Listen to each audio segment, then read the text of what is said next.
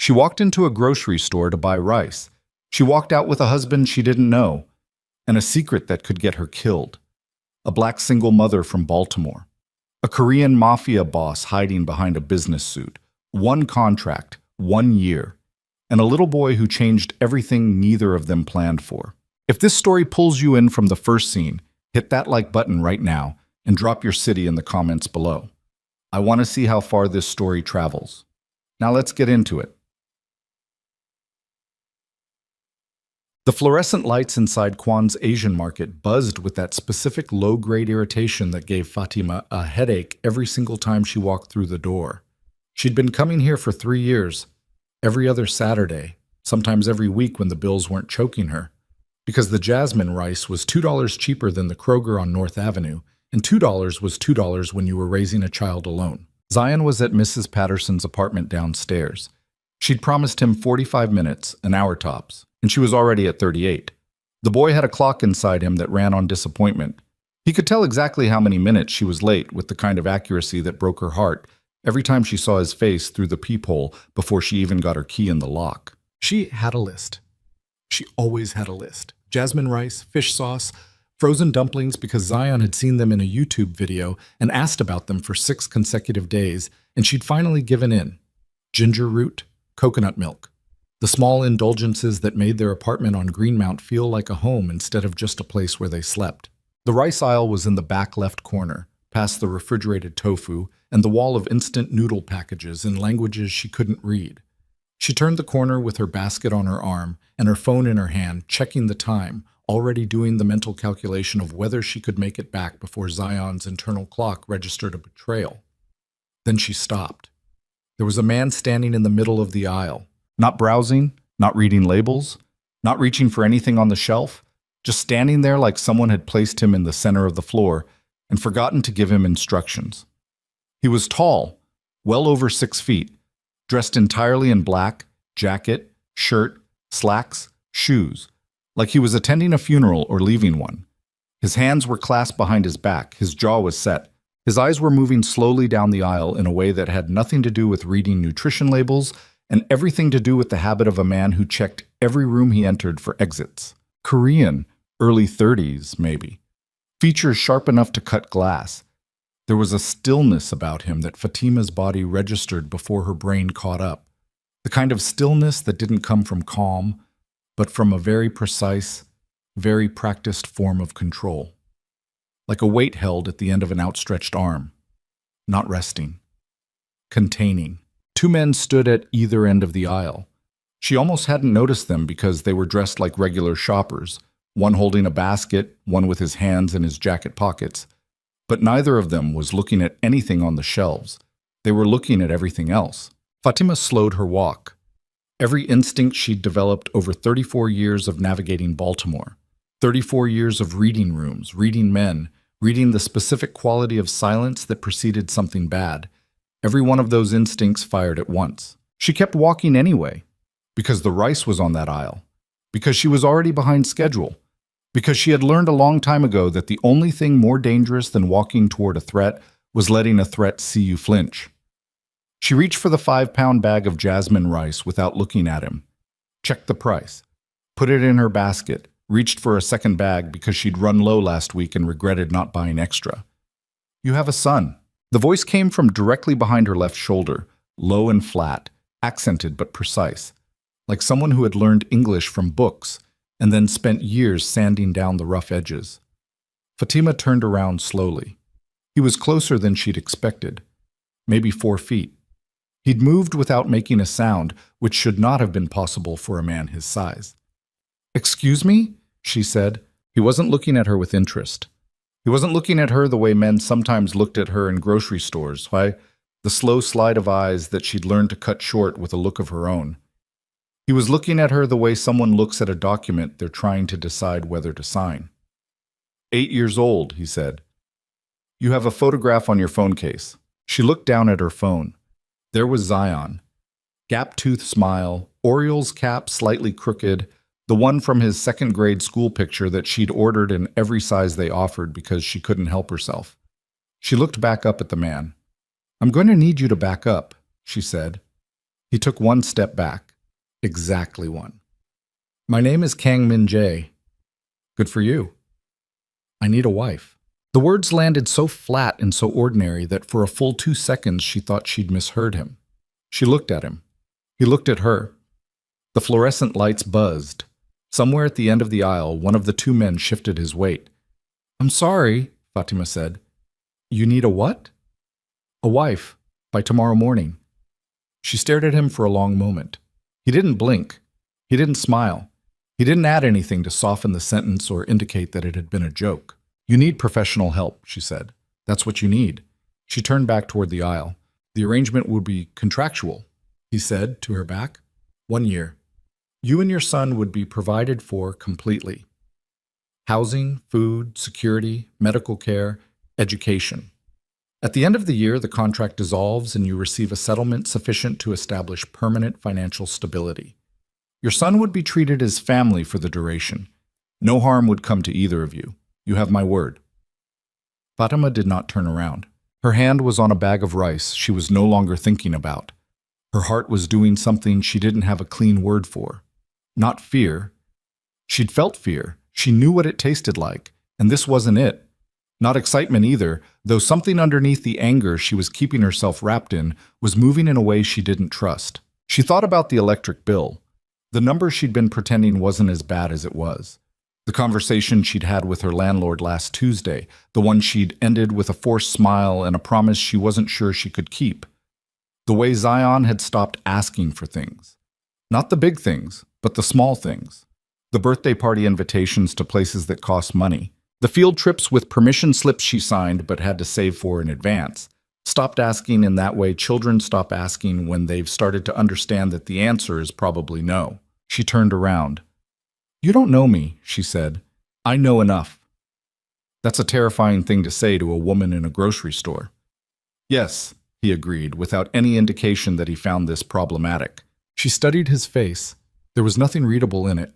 No anxiety, no desperation, no sign that he was aware of how insane this conversation was.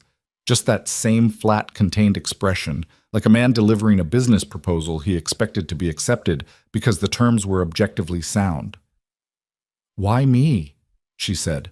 Specifics of the arrangement require a different conversation. Tonight, if you're willing. If not, he reached into his jacket pocket and produced a card, plain white, just a phone number, and held it out. Call when you're ready to hear more. She didn't take it right away. What happens if I say no right now and walk out of here? You walk out, nothing happens. You never hear from me again. He said it simply, and she believed him, which was the strangest part. But you'll spend the rest of the evening thinking about what I said. She took the card. He inclined his head, not quite a bow, something less formal than that, a gesture she didn't have a framework for, and walked past her toward the end of the aisle where one of his men fell into step beside him.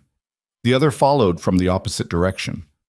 Within 15 seconds, all three of them were gone, and the rice aisle was just a rice aisle again, with its buzzing lights and its stacked shelves, and the faint smell of dried mushrooms from the section 2 rows over. Fatima stood there for a moment. Then she put the rice in her basket and went to find the fish sauce. She called at 9:47 p.m. after Zion was asleep. She didn't know why she called. She told herself it was curiosity. She told herself it was the same impulse that made her read the last page of a thriller before she'd finished it, needing to know the shape of the thing before she committed to it. She told herself it had nothing to do with the electric bill notice she'd found tucked behind the fruit bowl when she was making dinner, the one she'd put there face down 3 days ago because looking at it straight on required energy she didn't have. He answered on the second ring. I'll meet you, she said. Somewhere public. I'm bringing a friend. That's reasonable, he said. I still think you're insane. Also reasonable. They met at a Korean restaurant on Howard Street, her choice, at a corner table. She brought Denise, her best friend since Howard University, who worked as a paralegal and had the specific ability to smell lies the way some people smelled rain. Denise sat across from Min Jae with her arms folded and her eyes narrowed, and Fatima sat beside her. And on the other side of the restaurant, 2 men in dark jackets sat at a table near the door and drank water and watched. Min Jae laid out the terms without preamble. He was getting married. The marriage needed to exist and needed to appear real. The duration was 1 year, renewable by mutual agreement but obligatory on neither side. In exchange, full financial provision for Fatima and Zion for the duration, relocation to Seoul, accommodations, a monthly allowance that made Denise's pen stop moving on her legal pad, and upon completion of the contract, a lump sum payment that made Fatima's vision go briefly sideways. Healthcare, Denise said flatly. Full coverage, both of them. Yes, Min-jae said. The child's education. Private school enrollment. Language support. Any specialist he requires. What kind of business are you in, Mr. Kang? Denise asked. Import and export. That's a very wide answer. Yes. Denise looked at Fatima. Fatima looked at the table. There was a long silence, and in that silence she could hear, with uncomfortable clarity, every specific financial anxiety she had carried for the past 4 years. Since Marcus left, since the job at the hospital cut her hours, since Zion's therapist said he was doing well but regular sessions would really help, since every month felt like running a race she'd started 20 yards behind the starting line. I need 48 hours, she said. I need 24, he said. Why tomorrow? A matter that requires resolution by a specific date. He didn't elaborate. She noted that he didn't lie either. He didn't invent a more palatable explanation. He simply declined to give the real one. She noted that too. 36 hours, she said. He looked at her for a moment. Agreed. She spent 12 of those 36 hours sleeping, badly, and the other 24 doing the kind of thinking that didn't happen in straight lines. She sat on the edge of her bathtub at 2 a.m. and made a list on her phone of every reason to say no.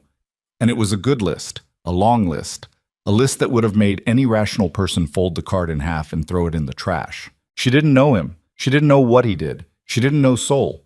She didn't speak Korean.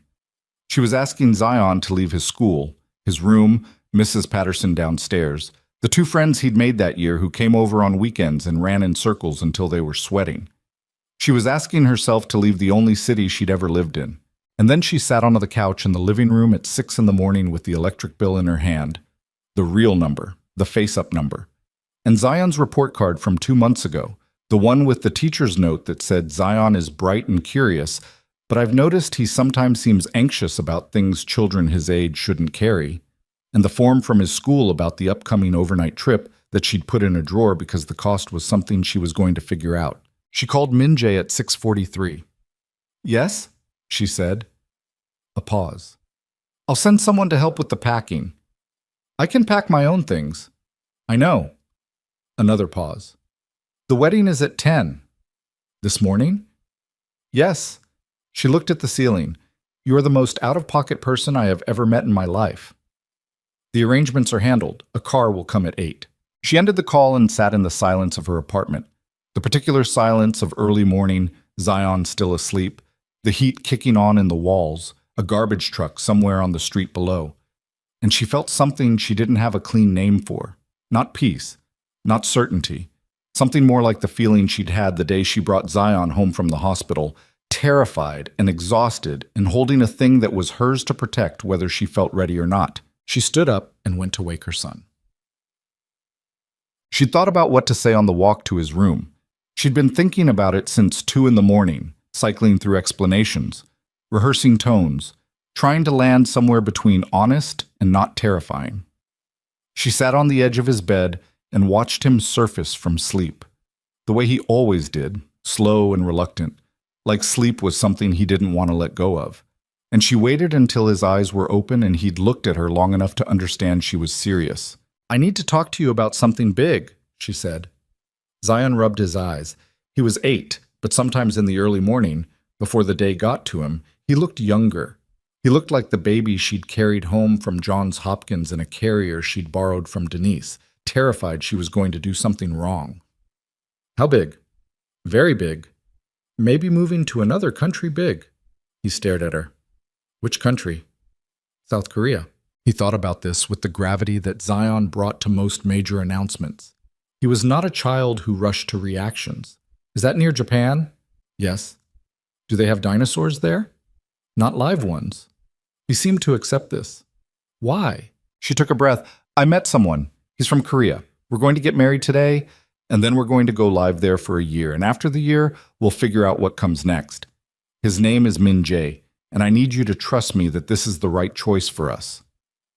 Zion looked at her for a long time with those steady dark eyes that sometimes made her feel like she was the child, and he was something older and wiser wearing her son's face. "Did you check him out?" he said. "What?" "Like how you check out movies before we watch them. Did you check if he's good or not?" "I'm still figuring that out," she said. "But I think so." Another long pause. "Okay," he said. "Can I bring my dinosaur books?" "You can bring everything you want." He sat up. "Is there breakfast?" The wedding was not what she'd expected, which meant she'd been wrong about every version of what she'd expected. She'd expected courthouse sterility. She'd expected a quick transaction with the emotional temperature of a notary appointment. She'd gotten something that was technically a courthouse, a small ceremony room in a building downtown that she didn't recognize, with a city official who spoke Korean and a translator who stood slightly behind him. But there were flowers on the table, white and cream, fresh, professionally arranged, and a detail that small landed with a weight completely out of proportion to its size. Denise stood behind her. She'd shown up at the apartment at 7:30 without being asked, wearing her best blazer, because Denise was the kind of person who showed up. Min Jae was already there when they arrived. He'd changed. Dark suit, no tie, still entirely in black and dark tones, but there was something slightly different in how he stood, a fraction less of the military quality that had made the rice aisle feel like a border crossing. He looked at her when she walked in, and for a single second she saw something shift behind his eyes. Something she couldn't read, but that was clearly not nothing. Zion stood beside Fatima and held her hand. He'd worn his good sneakers and combed his hair without being asked, both of which told her he understood the seriousness of the day, even if he was holding it quietly. The ceremony was 11 minutes. She signed 4 documents she'd reviewed with Denise the night before. A translated version, a legal summary, a contract addendum, the official certificate. Min Jae signed the same documents. The city official said something formal in Korean. The translator repeated it in English. She said yes at the correct moment. So did he. When it was done, Min Jae turned to Zion. He crouched down, not perfunctorily, not the patronizing half-bend adults sometimes did when they couldn't be bothered to fully commit. Fully crouched, hands on his knees until he was at eye level with an 8-year-old. "My name is Min Jae," he said. "You can call me whatever you're comfortable with. I won't tell you what to call me." Zion studied him the way he studied everything serious. Not with suspicion exactly, more with the careful evaluation of someone taking inventory. "Do you know about dinosaurs?" Min Jae looked at him steadily. "Not very much." "You can teach me." Zion seemed to weigh this. "Okay," he said. "I know a lot." "Good." Min Jae stood back up. He didn't smile, but something around his eyes shifted slightly, and Fatima watched it happen without understanding what she was watching. Dum-dum. The flight was 14 hours. She'd flown twice in her life before, once to Atlanta for a cousin's wedding when she was 19, once to New York for a nursing conference at 28, and both times she'd been in the back of the plane in a middle seat with her knees touching the row in front of her. This plane didn't have rows in the conventional sense. This plane had seats that reclined into beds. There were individual screens, a selection of food served on real plates with real metal silverware, and a flight attendant who appeared at intervals with the specific kind of attention that comes from being paid very well to anticipate needs before they're spoken. Zion fell asleep inside the first 2 hours with his dinosaur book open across his chest, and Fatima sat awake next to him and watched him sleep and tried to understand what she had done. Min Jae sat across the aisle and slightly forward, not sleeping, working through documents on a tablet. Every hour or so he looked across at them, just once, a brief check, the way someone checks an instrument panel. Not warm, not cold, simply present and monitoring. At some point past the 10-hour mark, when the cabin had settled into that specific stillness of a cross-continental night flight, and Zion had turned sideways in his reclined seat, with his arm flung over his head, Fatima became aware that Min Jae had moved. He was now in the seat across from hers, one row back from where Zion was sleeping. "You should rest," he said. His voice was lower, adjusted to the quiet of the cabin. "I'm fine." "You're not." He said it without rudeness, Just the same flat precision he applied to everything. You're afraid. She looked at him.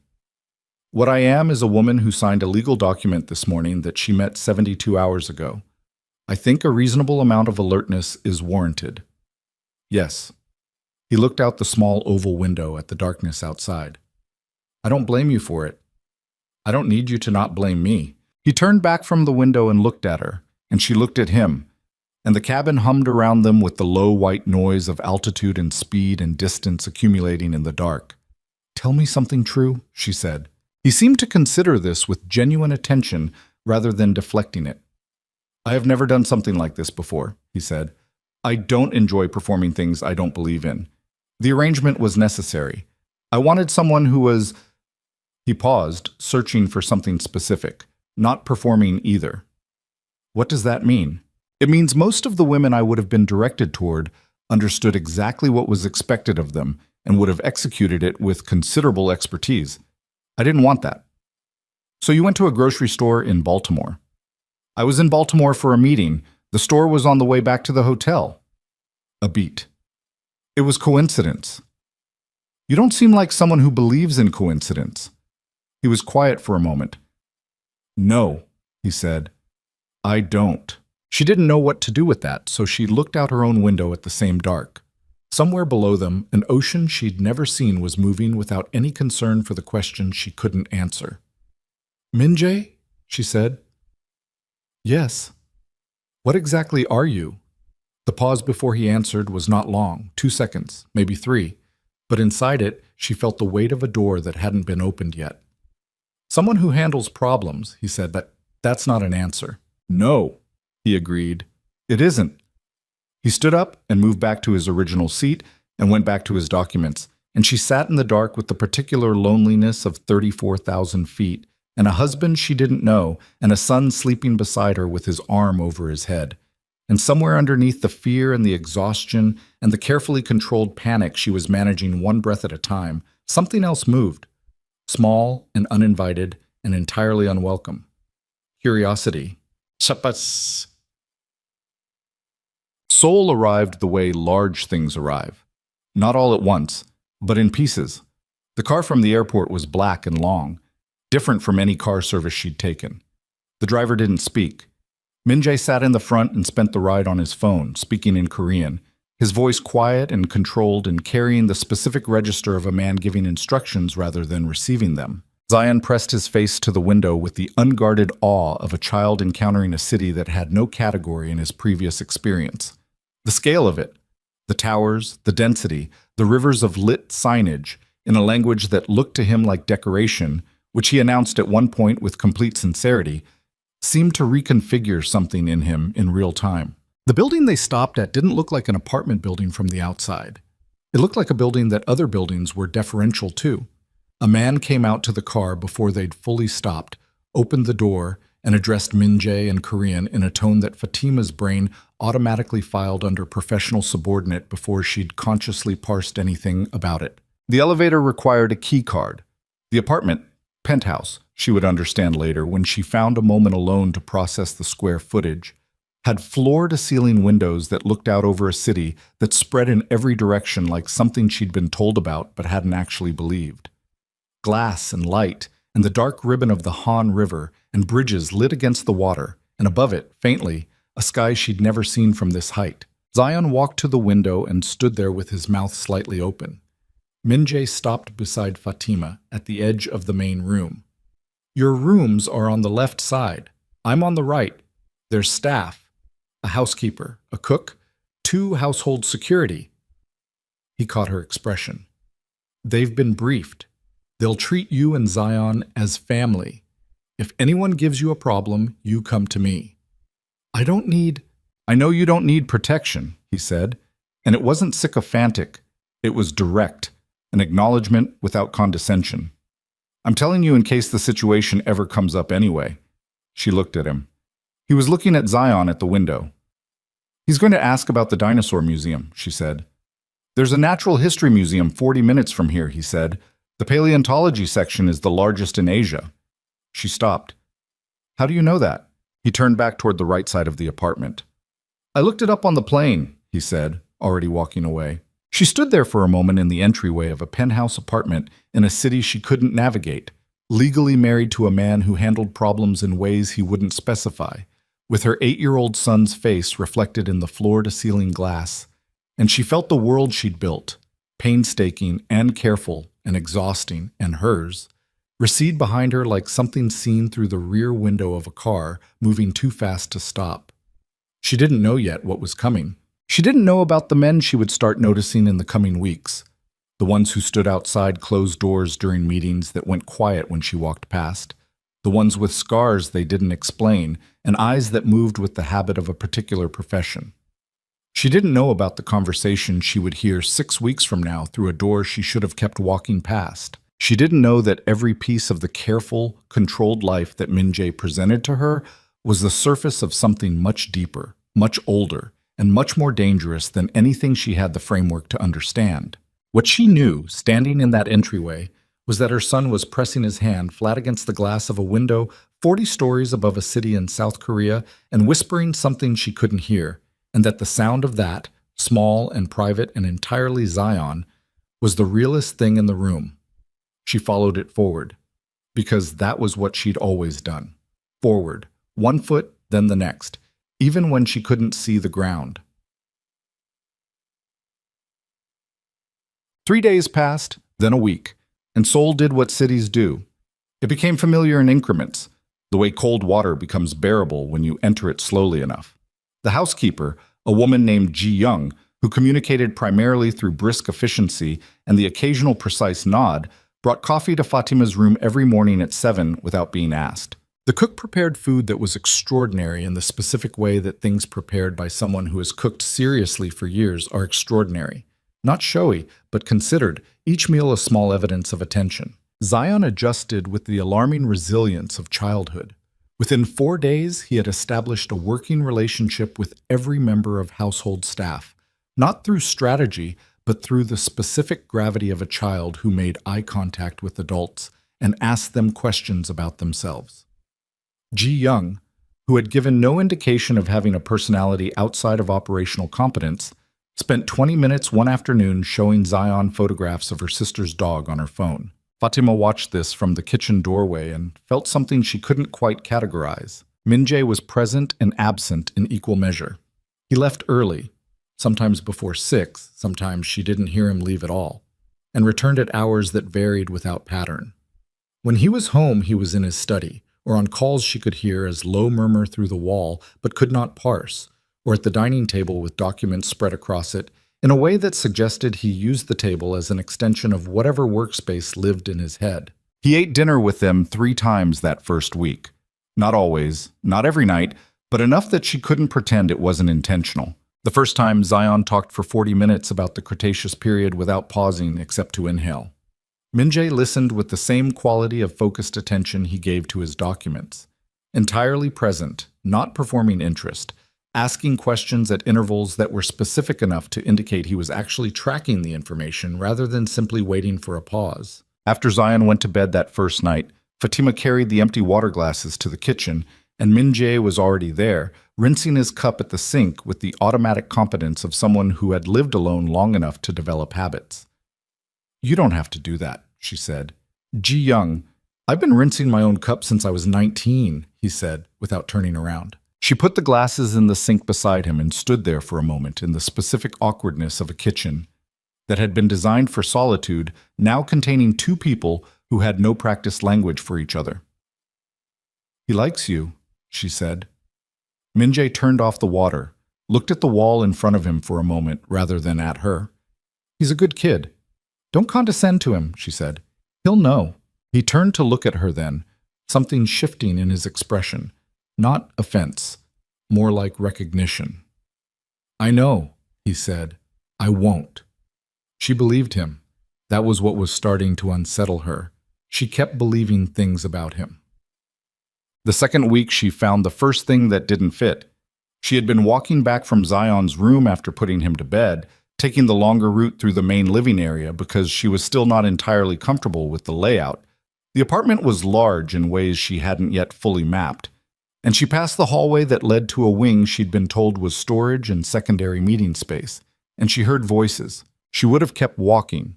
She was tired, it was late, and she had learned quickly enough that this apartment contained pockets of conversation she wasn't part of.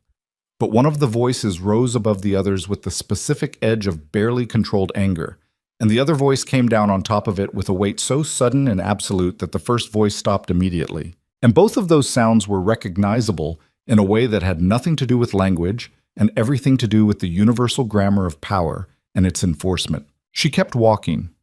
But in her room, sitting on the edge of the bed, she turned the sound of those voices over in her mind for a long time before she slept. The second thing she found was less subtle. The third Wednesday after their arrival, she came out of the elevator in the building's lobby returning from a walk. She'd been building a mental map of the surrounding blocks, establishing the small geography of routine that made unfamiliar places livable. And there were 3 men in the lobby who had not been there when she left. They were not the building's security. The building's security wore uniforms and stood at a desk. These men wore jackets and stood near the elevator with their hands visible, and they looked at her with the particular alertness of men who had been told to expect her. One of them inclined his head, a gesture that telegraphed, without words, that she was recognized, that she was expected to proceed, that they would not stop her, but they were noting her arrival and departure. She went up in the elevator and stood in the kitchen and made a cup of tea and set it on the counter without drinking it and stood there for a long time. Minji came home 2 hours later. He walked in and found her at the kitchen table with the cold cup of tea in front of her, and he stopped in the doorway and read her expression with the speed of a man very practiced at assessing situations. "Who were the men in the lobby?" she said. He set his keys down on the counter, took off his jacket. "They were there for a meeting." "With you?" "Yes." "They looked at me like they already knew who I was." He looked at her directly. "You're my wife." "I'm your contract wife," she said. "Which is different." He was quiet for a moment. He pulled out the chair across from her and sat down, which was not what she'd expected. She'd expected him to remain standing, to remain in the mode of someone fielding a concern before moving to the next task. He sat down and he looked at her and he said, "What do you want to know?" "What kind of meetings require men standing in a lobby with their hands where you can see them?" A long pause. She watched him make a decision. She could see it happening, the internal calculation, the weighing of what to offer against what to withhold. "The kind that involve people who require that level of security," he said. "That's not an answer." "No." "You keep doing that?" "Yes." He looked at the table for a moment. "There are things I'll tell you when the time is right. There are things you're better protected by not knowing. I'm not willing to lie to you, but I'm not—" He stopped, something tightening briefly in his jaw. "I'm not ready to have this conversation yet." She studied him across the table. The kitchen was quiet. Somewhere in the apartment, the air system made its low, continuous sound. "Okay," she said. He looked up. "Okay," she said again. "Not ready yet, but the conversation is coming." He held her gaze. "Yes," he said. "It is." She picked up the cold tea, remembered it was cold, set it back down. "Zion wants to go to the dinosaur museum this weekend," she said. "He's been building up to asking you since Tuesday." Something moved very slightly at the corner of Minjae's mouth. Not a smile, not quite, or not yet, or not in the way smiles usually arrived, but something adjacent to it, something that came from a place behind the controlled surface of his face that didn't usually let things out. "Saturday?" he said. "I'll have the morning free." She nodded. He stood up, took his jacket from the counter, and started toward his study. At the doorway he paused. "Fatima." She looked up. "Thank you," he said, "for not pushing tonight." She didn't answer, and he went into his study and the door closed, and she sat at the kitchen table in a penthouse in Seoul that was beginning to feel, with terrifying gradualism, like somewhere she lived. Outside the floor-to-ceiling glass, the city moved through its night, indifferent and enormous, and the Han River caught the light the way rivers always do, silver and shifting, carrying everything that falls into it toward someplace else. She didn't know yet what was gathering in the dark beyond those windows. She didn't know yet the name Kang Tae-hyun, or what it would eventually mean to her life, or the shape of the conversation that was 6 weeks away and moving toward her with the patience of something that had already decided to arrive. What she knew was this: She was 34 years old, and she had made a reckless choice, and she had brought her son with her into it, and somewhere in this apartment, on the other side of a wall, the man she had married was awake at 11:30 at night, doing work she couldn't name, in a world she couldn't yet see. And the fact that she wanted to see it, the fact that she wanted to understand it, wanted to understand him, wanted to sit at that table across from him until the conversation he wasn't ready for became the one he couldn't hold back any longer. That fact, small and undeniable and arriving uninvited, was the most dangerous thing that had happened to her since she'd walked into a rice aisle on a Saturday afternoon and made the mistake of not turning around. Well, the museum trip happened on a cold Saturday morning 3 weeks into their life in Seoul, and it was the day Fatima stopped being able to pretend. Not about Min Jae in general. She'd been managing her awareness of him the way you manage a light that's too bright, looking slightly to the side of it. She'd been doing that for weeks. But the museum trip was different. The museum trip was the day she saw what was underneath the surface he showed the world. Zion had been talking about it since Monday. Specific exhibits he'd researched online, specific questions he wanted answered, the whole thing organized in his mind with the thoroughness that characterized everything Zion cared about. He'd made a list, written in his notebook with the slightly too large handwriting of a child who was still learning to make letters stay where he put them. Min Jae drove. He drove himself. No driver, which surprised her, in a car that was understated enough to seem deliberately chosen, and Zion sat in the back and talked about bone density in the T-Rex skeleton from the front entrance photograph he'd found online. Min Jae kept his eyes on the road and asked, about a quarter of the way there, what made the T-Rex's arms so ineffective relative to its body mass. Zion talked for 11 minutes without stopping. Min Jae absorbed it, asked a follow-up question about the relationship between the arms and the animal's center of gravity. Got another 8 minutes. In the passenger seat, Fatima looked out the window at Seoul moving past and pressed her thumbnail into her palm and breathed. The museum was vast. Zion moved through it at a pace that was simultaneously unhurried. He needed time with everything, and inexorable, a small deliberate current moving toward each exhibit with the calm certainty of a person who knows exactly where they're going. Min Jae walked beside him. Not behind, not leading. Beside, slightly bent forward to account for the height difference, and he looked at what Zion looked at, and listened to what Zion said, and asked questions that were never condescending and never performative. She walked on Zion's other side and watched. At the large Jurassic display, the centerpiece of the hall, skeletons articulated in mid-motion, Zion stopped and looked up for a long time without speaking, which was unusual enough that both adults slowed beside him. "What are you thinking?" Min Jae asked. Zion looked at the bones. "That it was alive," he said, "like all those bones were inside something that breathed. And now there's nothing left except the hard parts." A beat of silence. "That's a good thing to notice," Min Jae said. Zion looked up at him. Then he reached over, without particular ceremony, and took Min Jae's hand. The gesture landed like something falling from a height. Min Jae looked down at Zion's hand in his, and something moved through his face that was not controlled and not performative, and not any version of the contained, precise man she had been watching from a careful distance for 3 weeks. It lasted only a second, the duration of a single breath, before his expression settled back into its habitual neutrality. But she had seen it, and standing in the Jurassic Hall of a natural history museum in Seoul, with the bones of something enormous and ancient suspended above her, Fatima felt the careful distance she'd been maintaining, close like a door pushed shut by the wind. She was in trouble. That was the clear, specific thought that arrived in that moment, unadorned and unarguable. She was in very serious trouble, and it had nothing to do with anything she'd yet discovered about what Kang Min Jae actually was. The truth of him, the depth of the thing he was protecting her from knowing. None of the things that were coming in the weeks ahead, the conversations through closed doors, the revelation that would detonate everything she thought she understood. None of that had happened yet, but it was coming. 3 weeks from now, she would stand outside a door she should have kept walking past, and what she heard on the other side would shatter the version of this life she had been carefully, foolishly, beginning to believe in.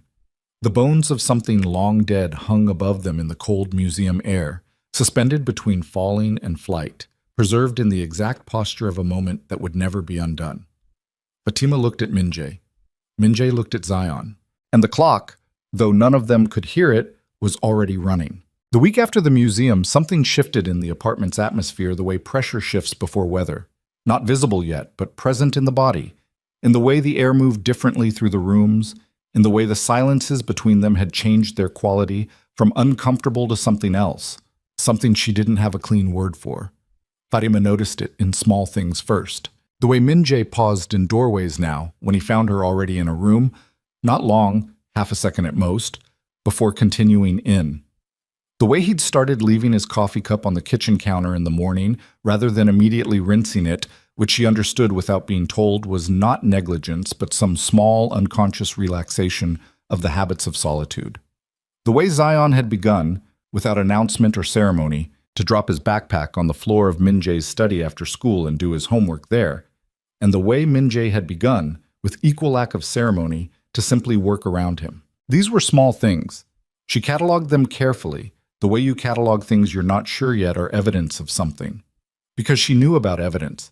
She'd grown up watching her mother catalog small signs too. The good ones, back when there were good ones, before things had gone the way they went. And she had inherited that same steady, watchful quality of attention. The ability to read the architecture of a situation before it became legible to anyone else. What she was reading now was something she was not prepared to name yet. The call came on a Tuesday, 11 days after the museum. She was in the kitchen making Zion's after-school snack when she heard Min-jae's voice from the study. Not the low modulated tone of a regular call, but something sharper, a quality she hadn't heard before, something compressed and angular at the edges. The door was not fully closed. She could hear the cadence without the words, the rhythm of Korean rising and falling with the specific percussion of a conversation that was not going as the speaker intended. She sliced the apple. The voice on the other end of Min-jae's call was briefly audible, not loud enough to parse, but loud enough to register as aggressive. She heard that much. She heard the specific music of someone pushing. Min-jae's response came back level and slow, each word placed with the deliberateness of someone choosing exactly where to set their weight. Then silence. Then the sound of the call ending. When he came into this kitchen 20 minutes later, he was wearing the same expression he always wore, the controlled one, the one that gave nothing. But there was something in the set of his jaw that was working, a muscle tightening and releasing in a rhythm too small to be intentional, too consistent to be accidental. "Snacks on the counter," she said, without looking up from the cutting board. "I don't need—" "It's not for you. It's for Zion." She looked up then. "He gets home in 30 minutes. He looked at the plate on the counter. "Right." He poured water from the pitcher, drank half of it standing there, and set the glass down. "I need to go out tonight." "Okay. I'll be back before midnight." "Min-jae?" She set the knife down. "You don't have to give me your schedule. We're not—" She stopped, recalibrated. "I don't need check-ins." He looked at her for a moment. The muscle in his jaw moved once. "I know," he said. "I'm telling you anyway." He left the kitchen. She heard the study door close again. She picked up the knife and finished the apple and stood at the counter and breathed through her nose, slow and deliberate, the way she'd learned to breathe when the anxiety came, not panic, just the specific weight of a situation developing in a direction she couldn't predict. He was home by 11:40. She knew because she was awake, not intentionally waiting, but awake in the way she was often awake at that hour. Zion had been sleeping through the night since he was 4, but she never quite had, her body running a low-level watch even after the need for it was technically gone. She heard the elevator. She heard the front door. She heard his footsteps cross the main room. And then she heard him stop. She lay still, listening. He stood outside Zion's door for a moment. She could tell by the specific location of the silence, the particular quality of stillness that comes from a person rather than from empty space. He stood there maybe 30 seconds. Then she heard him move away. She stared at the ceiling in the dark and did not think about what that meant. She was very careful in those minutes not to think about what that meant. The second call happened 4 days later. This time she was closer. She had been walking down the hallway toward the main living area, and she heard him before she reached the turn.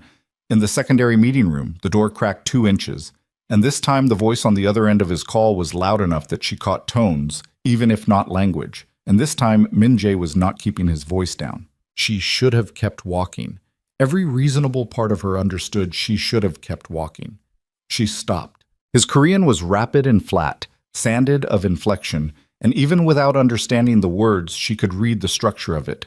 The way a sentence can be a wall, each word another stone, laid fast and precise, and with no interest in being climbed.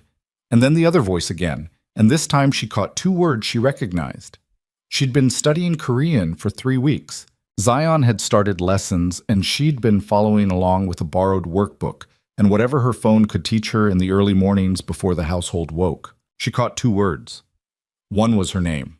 Her name in the mouth of whoever was on that call, rendered with a specific quality, not neutral, not respectful, the quality of something being referenced as a complication. The other word was a Korean word she'd looked up once in passing and remembered because it was short and ugly sounding, and the definition had sat badly with her. The word meant temporary. She made herself move. She made herself continue down the hallway with her footsteps even, and her face arranged into something that could pass for normal, and she walked to the kitchen and put her hands flat on the counter and breathed. She wasn't sure how long she stood there. When Min-jae came into the kitchen, she heard him stop in the doorway the way he always stopped now, that half-second calibration. She didn't turn around. "Who's calling you?" she said. Silence behind her. "It keeps happening," she said. "Whoever it is, they're not happy, and they're not someone you can cut off, and they said my name." She heard him come further into the kitchen. She heard him set something on the counter. His phone, by the sound of it. "Fatima, don't say my name like that." "Like what?" "Like you're about to manage me." She turned around then, because she'd learned by now that having this conversation with her back to him was a disadvantage she didn't need to give herself. "I'm not a situation to manage. I'm the person living in this apartment and eating at your table and raising my son inside whatever this is, and I deserve to know who is calling you and what they're saying about me." He looked at her for a long moment. His face was doing what his face did. Containing, always containing, but there was something in it tonight that was different from the usual quality of his control. Something that looked less like composure and more like a man holding a door shut against something that wanted to come through. "His name is Kang Tae-hyun," he said. "He's my cousin." "Okay." "He has a stake in—" He stopped. "In the organization I run. The import-export business." The pause was brief. "Yes." "And he's unhappy about me." "He's unhappy about the marriage." "Why?" Min-jae looked at the window, looked back at her. "Because it affects certain arrangements that were in place before the marriage. Succession arrangements." She studied him. He was telling her something and not telling her something at the same time, and she was tired. Genuinely physically tired. The kind of tired that accumulated from weeks of processing a life that gave her no reliable framework to stand on. And the tiredness made her less careful than she normally would have been. "Is Taehyun dangerous?" she said. Min-jae answered without hesitation. "Yes." The word hit the room like something dropped on a hard floor, clean and final, and making a sound that didn't fade. "To me?" she said. "To Zion?" "Not while I'm here." He said it with the same flatness, same precision, the weight of a man stating something he knows to be factually true and personally guaranteed. "Not ever, if I can prevent it. That's not a—" He seemed briefly to search for something. "That's not a comfort I'm offering. It's a commitment." She looked at him. The kitchen was very quiet. The city ran its light against the windows. "Min-jae," she said, "what exactly are you the boss of?" The muscle in his jaw. The door he was holding. "I'll tell you," he said. "I will tell you everything, but not tonight." "You keep saying that." "I know." "When?" He held her gaze. "When I'm sure it won't make you take Zion and leave." The honesty of that, the specific, unguarded quality of that sentence, so unlike everything else he offered, stopped her the way an unexpected sound stops you, the body catching up to meaning before the mind does. She didn't push. She looked at him for another long moment, and then she said, "Taehyun calls again. I want to know." And she walked out of the kitchen, and behind her she heard him let out a breath, slow and controlled, the sound of a door that had been held a little longer than the person holding it had planned. She called Denise the next morning, not for advice. She knew what Denise would say. Denise had been saying it in increasingly pointed text messages for 2 weeks, each one containing a slightly different arrangement of the same core concern. She called because she needed a voice that belonged to her previous life, needed the specific frequency of someone who had known her before all of this, who held a version of her that hadn't yet learned to read Korean threat levels through closed doors. "Tell me something normal," she said when Denise picked up. "Mrs. Patterson asked about you and Zion yesterday," Denise said. "She made me take a piece of sweet potato pie home and I ate the whole thing in my car in the parking garage." Fatima laughed. The laugh surprised her, came out real and sudden, the kind that doesn't consult with you first. "How is she?" "Dramatic? Her hip is fine, she just likes the attention." A pause. "How are you actually?" "I don't know." "That means things are happening." "Things are always happening." "Fatima, I'm fine, Dee. You called me at 7 in the morning Seoul time to tell me you're fine?" She looked out the window at the river. The morning light was doing something particular to the water, a flat silver quality that was not quite beautiful and not quite bleak, something exactly in between. "He's not what I thought he was," she said, "meaning worse. Meaning," she stopped, "meaning I don't know what the edges of it are. I know there's more. I know it's serious. I know people are afraid of him in a way that isn't about his personality." She pressed her finger against the cold glass. "And Zion loves him, Dee." The silence from Baltimore had a specific texture. "That's not a reason to stay in something dangerous," Denise said. "I know." "Fatima, I know." She closed her eyes. I needed to hear your voice." "I'm here," Denise said. "Same as always." Another pause. "You want me to come?" "I can come. I'll tell my boss I have a family emergency, which is not even a lie." "Not yet," Fatima said. "Not yet." She ended the call and stood at the window until the light changed. Min-jae came home early that evening, 4 in the afternoon, which had not happened once in the 4 weeks she'd been here. He came in without the jacket, which was also unusual, his shirt untucked, a quality of barely managed containment in the way he moved that she clocked from across the room. He looked at her and stopped. "Tae-hyun is coming to Seoul," he said. She set down the book she'd been reading. "When?" "End of the week. And you're telling me this because there will be a dinner, a formal one. You'll be expected to attend." He crossed the room and sat on the edge of the chair across from her. Not all the way back, perched on the edge the way someone sits when they're not planning to stay. "I need you to understand what that means before you're in it." "Explain it to me." He looked at his hands for a moment. The posture was unfamiliar on him. She'd cataloged his postures by now, the different architectures of how he occupied space, and this one was new, something almost exhausted in it, almost young. "Tae-hyun believes the marriage is a performance," Min-jae said.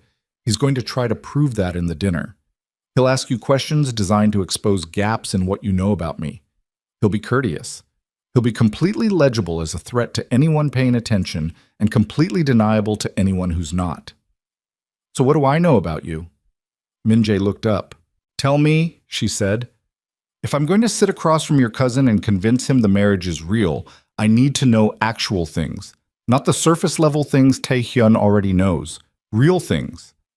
He was quiet for a long moment. "My mother died when I was 11, he said. "My father ran the organization before me. He was not a good man, and I spent the first 20 years of my life trying to become something different from him, and the next 10 years understanding that it wasn't possible." He said this with no particular emotion, the way you state a fact you've made your peace with. "I don't sleep more than 4 hours. I've tried. I've had the same nightmare for 15 years, and I've stopped expecting it to stop." He paused. "I make very good coffee, and I can't cook anything except ramen, and I've eaten it approximately 400 times. I kept a dog for 3 years and he died, and I haven't had anything living in this apartment since." She looked at him. "My grandfather is the only person I've allowed to matter to me for a long time," he said, "and he's dying." He said this last part differently. The tone the same, but something underneath it not the same, something that had weight. "Which is why the marriage exists. Which is something you also have the right to know." She sat with this for a moment. "What's wrong with him?" "His heart. He has months. maybe less. The room was very quiet. The dinner, she said. I'll handle the dinner. He looked at her with an expression she hadn't seen on him before. Not gratitude exactly. Something before gratitude. Something rawer than that. The look of a man who has not been surprised in a long time, being surprised. You should know, he said carefully, that Taehyun is not the only concern. There are others inside the organization who question the marriage, who question you specifically, who feel that a contract wife from America, someone outside the structure, represents a vulnerability. Am I in danger? You're protected. That's different. No, it isn't. He held her gaze. You're right, he said. It isn't. He stood up. I'll tell you more after the dinner. All of it. Whatever you ask. He walked toward his study and stopped at the doorway. The thing my cousin doesn't understand, he said, to the doorframe, not turning around, is that the marriage being strategic doesn't make it untrue. Then he went into the study and closed the door, and she sat in the chair with his words rearranging the room, rearranging something larger than the room, and outside the Seoul sky was doing the thing it did at this hour, going from gray to a color that wasn't quite dark yet, the city's light beginning to compete with whatever natural light remained. The dinner was on a Friday. Taehyun was 40 minutes late, which she understood immediately was intentional. He walked in the way men walk when they've calculated their entrance. Not hurried, not apologetic, moving through the restaurant's private room with the contained energy of someone who expected to be watched and was comfortable with that expectation. He was handsome. She hadn't expected that, or hadn't expected it to be the specific kind of handsome he was. A little too polished, a little too assembled, the kind of face that had been looked at often enough to become aware of itself. He looked at her the way she'd anticipated, the slow assessment dressed up as a smile. So, he said, sitting down. The wife. He said it in English, which told her he'd done his research. So, she said. The cousin. Something moved in his eyes. Quick, amused, recalibrating. He reached for the water glass. Min-jae said you were direct. Min-jae doesn't talk about me to you, she said. So let's not start there. Across the table, Min-jae was still. Completely, unnervingly still. In the way she'd come to recognize as the opposite of calm. Not relaxation, but the tension of a wire pulled to its limit and held. Taehyun smiled. It was a very good smile. I heard you're from Baltimore. I am. Long way to come for a marriage. Love doesn't ask for flight times. The smile again. No, he agreed. It doesn't. He looked at Min-jae. She's good. She's not performing, Min-jae said. Taehyun picked up the menu, glanced at it, set it back down. Tell me something about him, he said to Fatima. Casual, conversational, a dagger wrapped in linen. Something I wouldn't know. She didn't look at Min-jae. She'd decided before she arrived that she would not look at Min-jae for help during this dinner. Either she could do this or she couldn't. He can't sleep, she said. 4 hours most nights. He eats ramyeon when he thinks no one's paying attention. He stood outside my son's door for 30 seconds the night after the museum because he wanted to check that Zion was okay and didn't know how to do it without making it a thing. She looked at Taehyun steadily. He keeps the coffee cups on the counter now. He used to rinse them immediately. He stopped doing that about 2 weeks ago. She picked up her water glass. Should I go on? Taehyun was looking at her with the smile still on his face, but something different behind it now. Something colder. Something that confirmed every assessment she'd made since he walked in. No, he said quietly. I think I understand. The rest of the dinner was a performance of pleasantry so precise it made her jaw ache from the effort of sustaining it. Taehyun was charming and implacable and present in every second like a stone in a shoe. You could walk, you could function, but the awareness of it was continuous. When he stood to leave, he shook Min-jae's hand with both of his, a gesture that looked warm from a distance and felt like a challenge from where she was sitting. He nodded at Fatima. Baltimore, he said. Seoul, she said back. He left. The room exhaled. Min-jae looked at her across the table. His expression had the quality of someone standing in the aftermath of something they'd been preparing for and discovering the preparation had been worth it. You didn't look at me once, he said. I didn't need to. He was quiet for a moment. What you said, about the door, about the cups, it was all true. I know. He looked at the table. That's what... He stopped. That's what I meant. About the marriage being real. She looked at him. The restaurant room was settling around them, the staff moving at a distance, the city indifferent behind the glass. Min Jae, she said, after the dinner, you said you'd tell me everything. All of it. Yes. Tomorrow. He met her eyes. Tomorrow, he said. She believed him. That was the problem. She kept believing him, and she had believed him about tomorrow. And tomorrow came and went, and then 4 more tomorrows came and went, because the week after the dinner, something inside the organization broke open, and Min Jae disappeared into it for 6 days, present in the apartment for 3 or 4 hours at a time, sleeping less than his usual impossible amount. The controlled surface of him wound so tight she could feel the vibration of it from across a room. She didn't push. She watched. She managed Zion's questions about why Min Jae looked tired, managed her own questions about the men who cycled through the lobby downstairs with increasing frequency, managed the small particular dread of a situation developing in a direction she could feel but not see. And then on the 7th day after the dinner, she couldn't sleep.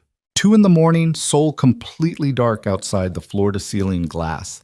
And she walked to the kitchen for water, and she was passing the secondary meeting room, and the door was open 6 inches, and the voices inside were not quiet. 2 voices, Min Jae and someone else, a voice she didn't recognize, deep and careful and very deliberate, speaking Korean too fast for her to follow. She stopped before the doorway. She pressed herself against the wall beside it, not in the doorway, against the wall, and she breathed through her mouth so the sound of it wouldn't give her away. She caught fragments. Her name again. She heard her name and the word for child and the word for risk. She heard what she now knew was Min Jae's name for the organization, a word she'd heard twice before and looked up, a word that meant exactly what she feared it meant. And then she heard something that stopped all of it. She heard Min Jae say, in English, clearly, switching languages in the way she'd noticed he sometimes did when he wanted to be absolutely precise. She doesn't know what I am. The other voice responded in Korean, Min Jae, and she isn't going to, not yet. Another exchange she couldn't follow. Min Jae still in English, quiet now, quieter than she'd ever heard him. She stays out of it. Whatever it costs, she and the boy stay out of it. Do you understand me? She stood against that wall for a long moment after the voices dropped back into Korean and she could no longer parse the words. She stood there and she understood something, finally, with the specific clarity of a thing you've been not understanding on purpose, because understanding it changes the shape of everything. She was married to the head of a criminal organization. She'd known it and not known it. She'd felt the edges of it and declined to press them. She'd accepted his non-answers and his half-answers and his, I'll tell you tomorrow. Because she understood now standing in this hallway at 2 in the morning, protecting herself from the information the same way you avoid pressing a bruise. Not because the bruise isn't there, but because pressing it makes it real in a way that requires a response. She walked back to her room. She lay down on the bed. She looked at the ceiling in the dark, and she listened to the city outside making its low, continuous sound, indifferent to the specific scale of her particular reckoning. She thought about Baltimore. She thought about the apartment on Greenmount and the buzzing lights at Kwan's Asian Market and the electric bill face down behind the fruit bowl. She thought about the card he'd handed her, plain white, just a number, and the specific quality of the choice she'd made when she dialed it. She thought about Zion's hand reaching for Min Jae's in the museum. She lay there for a long time, and then, sometime before dawn, she made a decision. Not to leave, not to stay, exactly. Not in the passive way that staying had been happening up to now. Something different. Something with its eyes open. Tomorrow she was going to ask him. Not wait for his tomorrow. Her tomorrow. And whatever he told her, all of it, the shape of the whole thing, the organization, and the violence, and the enemies, and everything he'd been protecting her from knowing, she was going to hear it, because she was done being managed. That was the sentence she'd been building toward all night. The one that had been assembling itself in the dark while the city ran its light against the windows and her son slept in the next room, And somewhere on the other side of the apartment, Kang Min-jae sat with the weight of everything he hadn't told her pressing against the inside of his chest like water behind a dam. She got up at 6, showered, made coffee, sat at the kitchen table with both hands around the mug and waited. He came in at 6:40, already dressed, already assembled into the version of himself he put on every morning like a second skin. He saw her at the table and stopped in the doorway. That half-second calibration, the one she'd cataloged, and something in his expression shifted. Not surprise. Recognition. The look of a man who has been waiting for a specific arrival and can see it coming from a distance. "Sit down," she said. He sat. She looked at him across the table.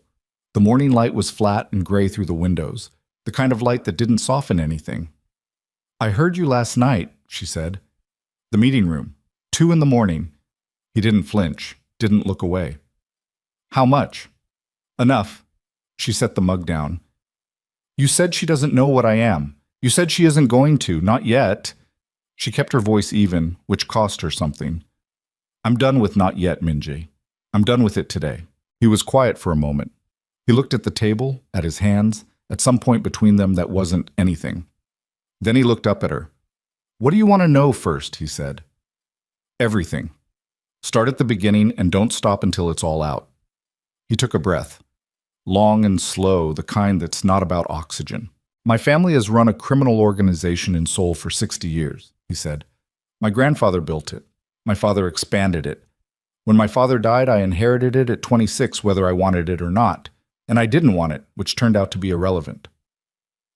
He said this the way he said most true things. Flat, direct, with no decoration. "We control significant portions of construction contracts, import logistics, private security operations, and certain financial channels that don't exist on paper. We have relationships with officials, law enforcement, politicians. We have enemies inside and outside the structure. The organization is called Chongya." Ishambachas. He paused. "Do you know what that means?" "No." "Blue night," he said. "My grandfather's choice. He said it was because the most dangerous things happen after dark when the sky is clear and you can see everything coming and still can't stop it." Another pause. "I've always thought it was an honest name." She absorbed this. "How many people?" "In the full structure, several hundred. Directly under me, 23. "Have you killed people?" The question landed clean and hard in the morning air. He looked at her without blinking. "Yes." She'd known the answer before she asked. Knowing it and hearing it were different countries. She pressed her thumbnail into her palm under the table and breathed through it. "How many?" 4. Directly. A beat. "More, by consequence of decisions I made." "Tell me about the consequence ones." "Fatima, tell me." He held her gaze for a moment. 3 years ago, there was a conflict with a rival faction. I made a call to consolidate a particular operation. 2 of their people died in the consolidation. They weren't combatants, exactly. They were peripheral. They died because of the decision I made and because of what that decision set in motion. He said it without self-pity and without self-absolution, which was somehow worse than either. I think about them. The kitchen was very quiet. Outside, Seoul was starting its morning. She could hear the city's low, distant frequency beginning to build. "The marriage," she said. "Tell me the real reason." Something moved in his face. "My grandfather's condition," he said. "I told you that part. His heart. He had, before I married you, been pushing me for 2 years to marry. Not for appearances. He's never cared about appearances." He stopped. "He told me once that I was becoming something he didn't build Chongya for, that I was becoming someone who had nothing left worth protecting. That a man with nothing to protect becomes a man who makes decisions based on nothing except power, and power without something underneath it becomes cruelty eventually." He was choosing his words with a care she could feel. "He gave me the ultimatum not to secure the succession. That was part of it, yes, but the real reason—" He stopped again. "He said he was afraid of who I was going to be in 10 years if nothing changed." She sat with this. "He chose you," Min-jae said. "I want you to know that. He had you found. He'd been looking for a year with Shaes, not a Korean woman from inside the structure, because anyone from inside the structure would understand the game and play it. He wanted someone from outside, someone who couldn't be bought by the context because they didn't know the context. He paused. Someone with something real already built, someone with a child. The cold moved through her slowly, from the center outward. Your grandfather chose me, she said. Yes. And you went to the store knowing I'd be there. Yes. She looked at him. The photograph on my phone case. I'd seen your photograph before the store. I already knew what you looked like. I knew your name. I knew about Zion. The grocery store was the first opportunity to make contact in a setting that wasn't, he stopped, in a setting where you would have some control over whether to engage. She stood up. She didn't knock the chair back. She was careful, specifically careful, because the thing moving through her was large enough that she needed to manage it or it would manage her. She walked to the window. She put her hand against the glass. The cold of it traveled up her palm. You staged it, she said. Yes. The whole thing, the aisle, the card, the restaurant. The restaurant was your choice. The grocery store was yours. She turned around. I thought I made a reckless decision. I thought I saw something and I took a chance. I thought it was mine. Her voice was level. She was proud of how level it was. That's not what it was. He stood up too. He didn't come toward her. He read the distance she needed and he stayed on his side of it, which was the right call, and also the thing that made it worse because it meant he understood exactly what he'd done. Everything I told you in the restaurant was true, he said. Every term of the contract. Everything I promised about Zion. None of that was manipulation. It was all manipulation, she said. A true thing can still be manipulation if the context around it is a lie. He had nothing to say to that. He looked at her, and he had nothing, and she watched him not have it, and that was its own particular thing. Seeing a man who had an answer for everything arrive at a place where he didn't. I'm not leaving, she said. He looked up. I'm not leaving today. She pressed her hand harder against the glass. But I need you to understand that you took something from me. You took the choice. You gave me a version of a choice, but you built the walls before I got there and called it freedom. She looked at him directly. That is something you need to sit with. Yes, he said. I know. Don't agree with me to make it easier. I'm not. He said it quietly. I'm agreeing because you're right. She looked at the river, flat silver in the morning gray. I need a day, she said. Today. Don't talk to me today. He nodded. He picked up his jacket from the back of the chair. At the kitchen doorway, he stopped. He stood there for a moment with his back to her. Fatima, he said. She didn't answer. I'm sorry, he said. That's not enough. I know it isn't, but I wanted to say it before. He stopped. Before the day. He left. She stood at the window for a long time after she heard the front door close. The city moved below her, ordinary and enormous. She pressed her forehead against the glass, and she felt its cold, and she breathed through the thing in her chest that was several things at once, fury and grief, and something else she was not going to name today, something she was going to set in a box and put on a high shelf and not touch for 24 hours. She heard Zion's door open down the hall, his footsteps, the sound of him stopping in the kitchen doorway. Mom? Where's Min Jae? She lifted her head from the glass. She turned around. She put her face in the right arrangement. Early meeting, she said. Hungry? He padded to the counter in his socks, climbed onto the stool, reached for the cereal.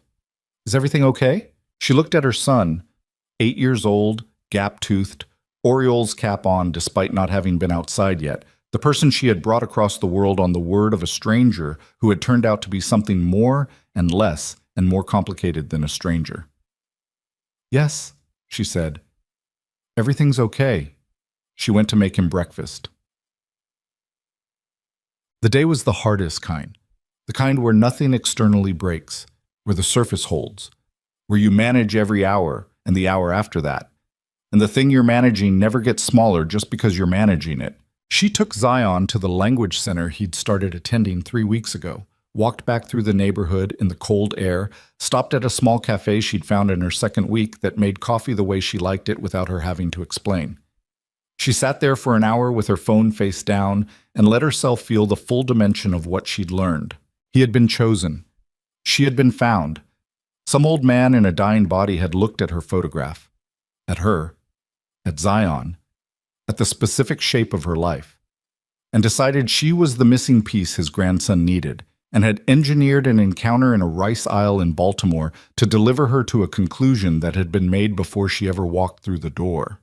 She turned her coffee cup in her hands, and the question that arrived, which she had not expected, which she was not ready for, did the engineering make any of it untrue? The way he listened to Zion, the way he stood outside her son's door, the way his face had done that thing in the museum, that brief, unguarded thing when Zion took his hand, the coffee cup on the counter, the fact that he'd told her the truth this morning when the easier thing, significantly easier, she understood his situation well enough now to know, would have been to continue the careful managed non-answers indefinitely. She pressed her thumb into the cafe table and did not answer the question. She picked up Zion. She made dinner. She moved through the apartment's evening rhythms with the mechanical competence of a woman who has performed normalcy under pressure so many times that it had become its own kind of muscle memory. Min-jae came home at 8. He went to his study. He didn't come out. She respected that. At 10:30, she knocked on his study door. He opened it. He'd taken off the jacket, rolled his sleeves, the working posture, the one she'd come to recognize. His expression was the careful, contained one, but underneath it she could see the day he'd had, the weight of it in the lines around his eyes. "I'm not done being angry," she said. "Okay. But I have questions, and I'd rather have answers than sit with nothing." He stepped back from the door. She came in. The study was large, lined with shelves that held documents and a few books, and almost nothing personal. One exception, on the corner of the desk, a photograph in a small frame. Old man, severe face, eyes that held the same quality she recognized in Min-jae, that specific quality of a person who sees what other people are looking away from. She picked it up. "Your grandfather," she said. "Yes." "Does he know about me? The real me? That I didn't just walk into this?" "He knows everything." She set the photograph back down. "I want to meet him." Min-jae looked at her. "Why?" "Because he decided I was a solution to something without asking me, and I want to look him in the face." A pause. "He's in Busan. He's not well enough to travel." "Then we go to Busan." Min-jae studied her. "You're not afraid of him." "I'm not afraid of old men in photographs." She sat down in the chair across from his desk, the posture of someone who intended to stay for a while. "Tell me about Tae-hyun, the real version." He sat behind the desk, folded his hands.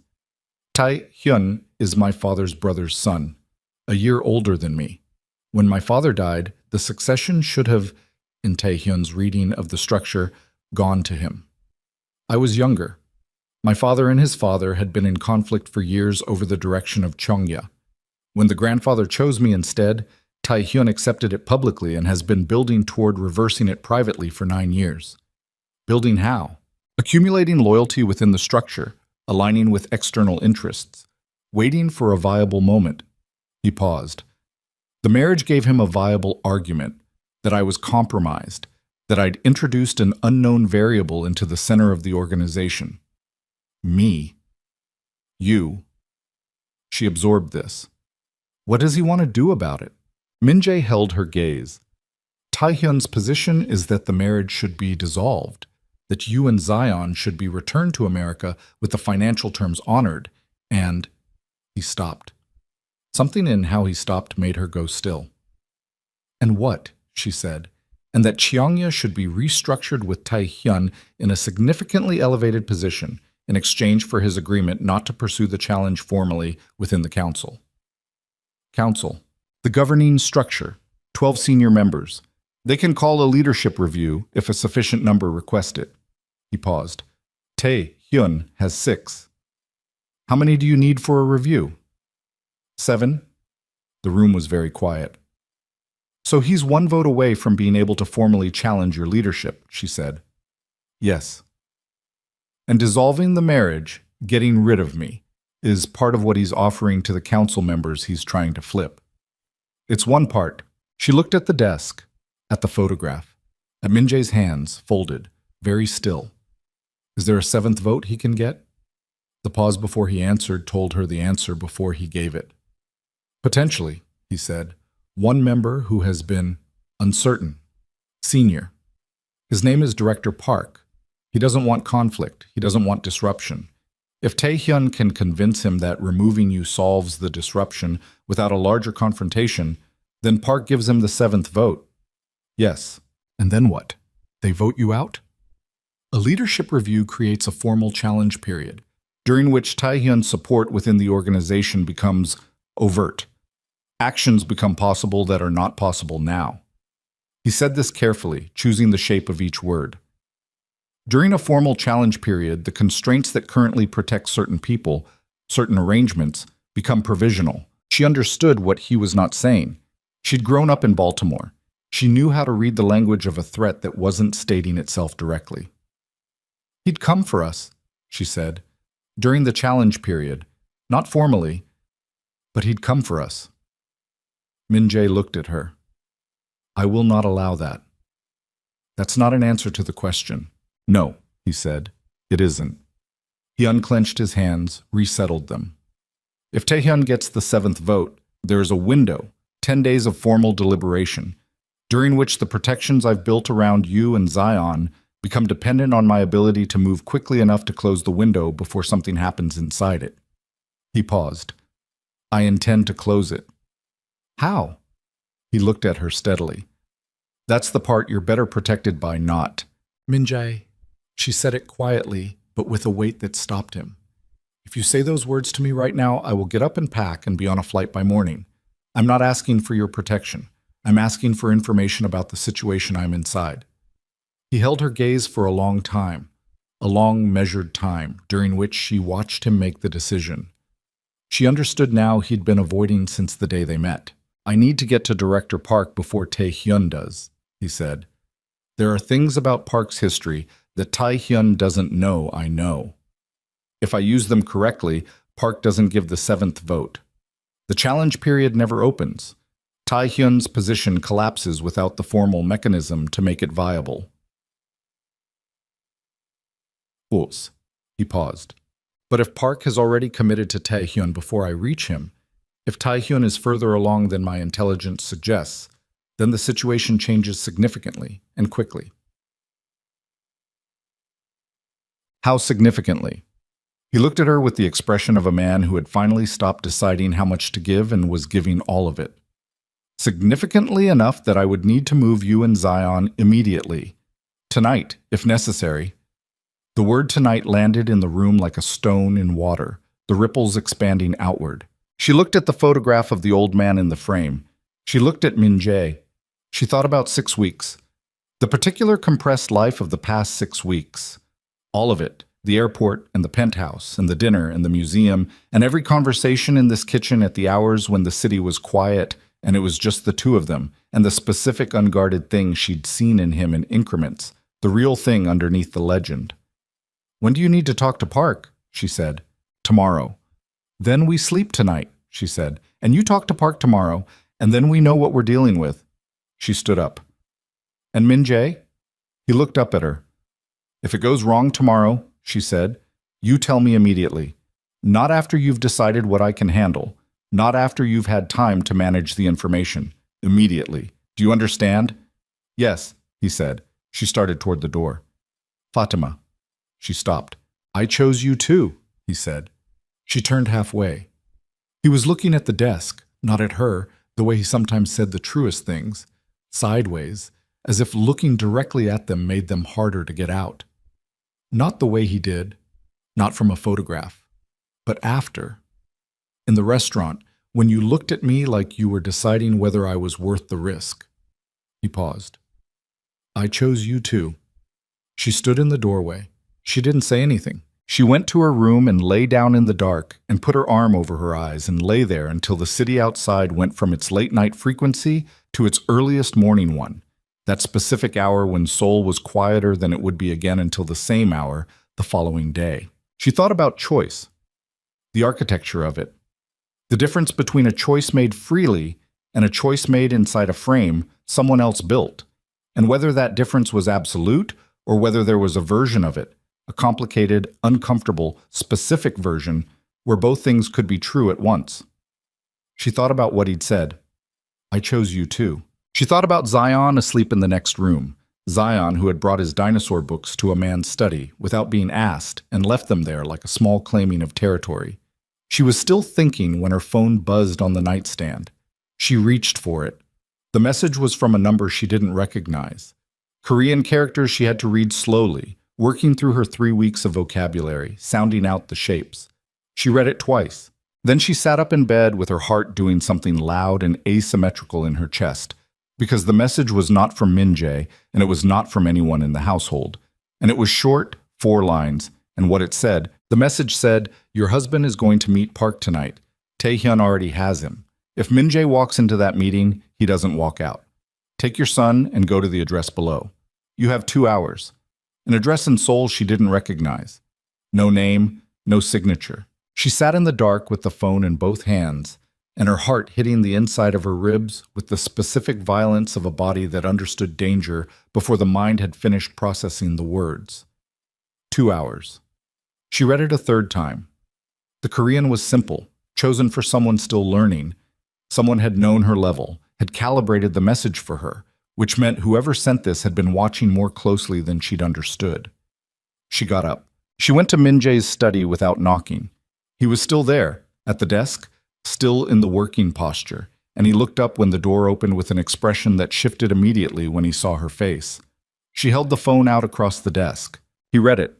She watched him read it, watched the controlled surface of him absorb each line with the flat, rapid attention of a man processing threat assessments, and then she watched something happen underneath that surface that she'd never seen there before. A tightening, a specific, unguarded quality of alarm. He reached for his own phone, dialed. The call connected on the first ring, and he was speaking before the other person could start. Korean, rapid, the wall-building cadence from before, but faster now, harder. And she stood in the doorway and watched him, and the cold in her chest was not panic. She was specific about that. She had been panicked before. She knew the shape of it, the way it hollowed you out and made your hands stupid. This was not that. This was the opposite. A compressing, a tightening inward, everything non-essential burning off like vapor. He ended the call. He looked at her. Who has your number? He said. Nobody here. It's my American number. Your Korean number. I don't have a Korean number. He turned the phone over in his hand, looked at the message again. Someone with access to your American contact information sent this. He looked up. Did you give this number to anyone here? No one except Denise. And Ji Young, for household... She stopped. Ji Young has it. He was already dialing again. She heard Ji Young's voice answer, heard the exchange. Brief, 2 sentences from him.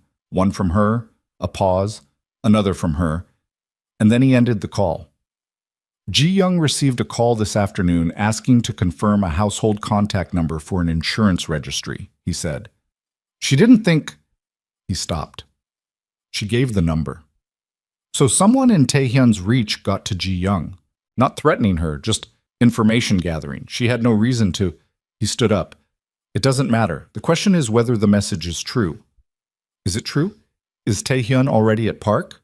He didn't answer immediately, which was the answer.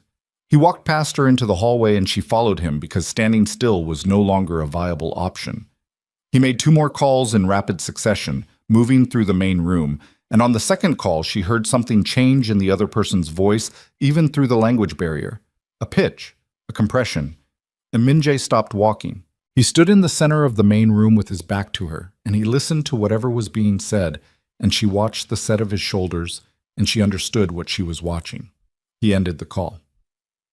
Taehyun met with Park at 7 this evening, he said. He didn't turn around immediately. Before I knew, before I could... He stopped. Park has confirmed the 7th vote. The room didn't move. The city outside the glass moved, indifferent and continuous, but the room held still around those words. The challenge period, she said, starts at midnight. He turned around. His face was the controlled one, the contained one. But the quality of the control was different now. Not the habitual management of a man organizing his expression for daily use, but the specific applied force of a man holding something very large in place by will alone. I have 4 hours. To do what? To make a move before the challenge period opens and the formal structure locks in. Once it's official, once the council is formally notified, my options inside the structure become limited in ways that are, he paused, significant. What kind of move? I need to get to Taehyun directly. She looked at him. You mean a confrontation? I mean a conversation. A final one. His jaw tightened. Taehyun wants the organization. He doesn't want a war inside it. A war is expensive. It costs everyone. It creates vulnerabilities to external interference. If I can offer him something that costs me but satisfies the core of what he's building toward, he withdraws the challenge before midnight. The vote disappears. Park 7th means nothing without the formal filing. What can you offer him that satisfies a 9-year ambition? Min-jae looked at her steadily. A restructuring. Formal elevation of his role. Operational control of 3 divisions he's been positioning toward for years. A guaranteed succession pathway. He paused. Essentially, everything except my actual seat. And he accepts that? I don't know. He said it with the particular honesty she'd come to recognize, the kind that didn't package itself. Taehyun is ambitious, but he's not irrational. An elevated position without conflict is worth more in practical terms than a contested leadership that costs both sides. If I can make that argument before midnight, where is he? He was already moving toward the room where she knew the household security kept an overnight presence. She followed. Min-jae, where is he? A private club in Gangnam. He uses it for meetings. He pushed open the door. One of the security detail, the one called Byun, the one with the scar across his left forearm that she'd stopped pretending not to notice, stood up immediately. Min-jae spoke to him in Korean, rapid and flat, and Byun's expression shifted into the focused, operational mode of a man receiving orders. I'm coming, Fatima said. Min-jae turned to look at her. No. The message was sent to me. Whoever sent it wanted me in motion. They wanted me out of this apartment, or they wanted me to tip you off, or both. Either way, I'm already inside whatever is happening tonight, and sitting here while you walk into, you're not coming. Then explain to me why I should trust you'll walk back through that door. She said it quietly, without heat, which made it land harder than heat would have. You said immediately. If it goes wrong, immediately. It went wrong. I'm here. I'm asking. He looked at her for a moment. The controlled face. The held door. Zion stays here, he said, with Bayun and 2 others. They do not open this door for anyone except me or you. You understand? Yes. And you stay in the car. Unless you don't come back out. He held her gaze. Whatever he was calculating, he calculated it fast. Unless I don't come back out, he said. The car moved through Seoul at 11:15, with the city's nighttime frequency running past the windows. The restaurant strips and the lit towers and the specific human density of a major city at an hour that belonged to the people who did their living after dark. She sat in the back seat, and Min-jae sat beside her, and Byun drove, and they didn't speak for most of the 20-minute ride, which was the kind of silence that had nothing to do with having nothing to say. At one point, Min-jae's hand moved on the seat between them. Not toward her, not a gesture of reassurance, just a movement, his fingers pressing flat against the leather and releasing. She watched it happen. She looked out her window. If this doesn't work, she said to the glass, if Taehyun doesn't withdraw, then we move quickly before midnight, and I'm not asking about the strategy. She turned to look at him. I'm asking if you're afraid. He held her gaze in the moving dark of the back seat, the city's light crossing his face at intervals as they passed beneath street lamps. Yes, he said. Of losing the organization? A pause. Of losing what's in the apartment right now, he said. Zion with Byun trying to explain security protocol to a child who's going to ask him questions about armor for the next 20 minutes. Something moved at the corner of his mouth. Not a smile, close to one. That. She looked at him for a long moment. The car turned. Don't do anything that gets you killed, she said. That's my intention. I mean it. I know. He looked at her directly. I know you mean it. The club was discreet in the specific way that expensive things are discreet. No sign, a door set into a building face that looked like nothing, a man outside who recognized Min Jae's approach and made a call before they reached the door. Inside, low light, the smell of wood and whiskey and climate control, the kind of place where the sound didn't travel room to room. She stayed in the car. Byun stayed with her. Min Jae went in with one man she'd seen before, not household security, someone else, someone with the specific quality of the men who stood in lobbies and watched without appearing to watch. Byun sat in the front seat and said nothing. She sat in the back and watched the door. 11:28, 11:40, 11:51. The door opened, but it was not Min Jae who came out first. It was two men she didn't recognize, jackets, the hands visible, posture. And they came out fast, and behind them came Tae-hyun, and behind Tae-hyun came Min Jae, and even from 30 feet away in the dark of the back seat, she could read the scene. It was not resolved. Whatever had happened in there was not the resolution Min Jae had gone in for, and the specific quality of Tae-hyun's walk, unhurried, precise, carrying the satisfied stillness of a man who has just gotten what he needed, made the cold in her chest press outward. They spoke on the pavement. She couldn't hear. She could see. Min Jae's posture was contained, completely controlled, nothing readable from this distance except the set of his jaw, which she'd learned by now like a language. Tae-hyun spoke, looked at his phone, said something else. Then he looked at the car. He looked directly at the car, directly at her window, and he could not have seen her through the tinted glass, but the precision of his gaze, the exact angle of it, aimed at exactly where she was sitting, told her someone had told him she was there. He smiled at the window. Then he walked away. Min Jae stood on the pavement and watched him go. From behind, from 30 feet, in the dark, she watched the stillness of him, and she felt the night crystallize around that moment into something irreversible. He got in the car. "It's done," he said to Byun. Byun started driving. "Talk to me," she said. Tae-hyun filed at 11:40. His voice was level and hollow simultaneously, the specific tone of controlled devastation. He had someone remote file the formal challenge notice before the meeting started, before I walked in. He looked forward through the windshield. The meeting was theater. He was never going to withdraw. He wanted me there to make an offer that he could use as evidence of a weakened position, of a man trying to negotiate from a losing hand. He recorded it, almost certainly. So the challenge period is open. Yes. And he has the 7 votes. Yes. She breathed, slow, deliberate, in through the nose. What do you need to do in the next, she looked at her phone, in the next 6 minutes before midnight?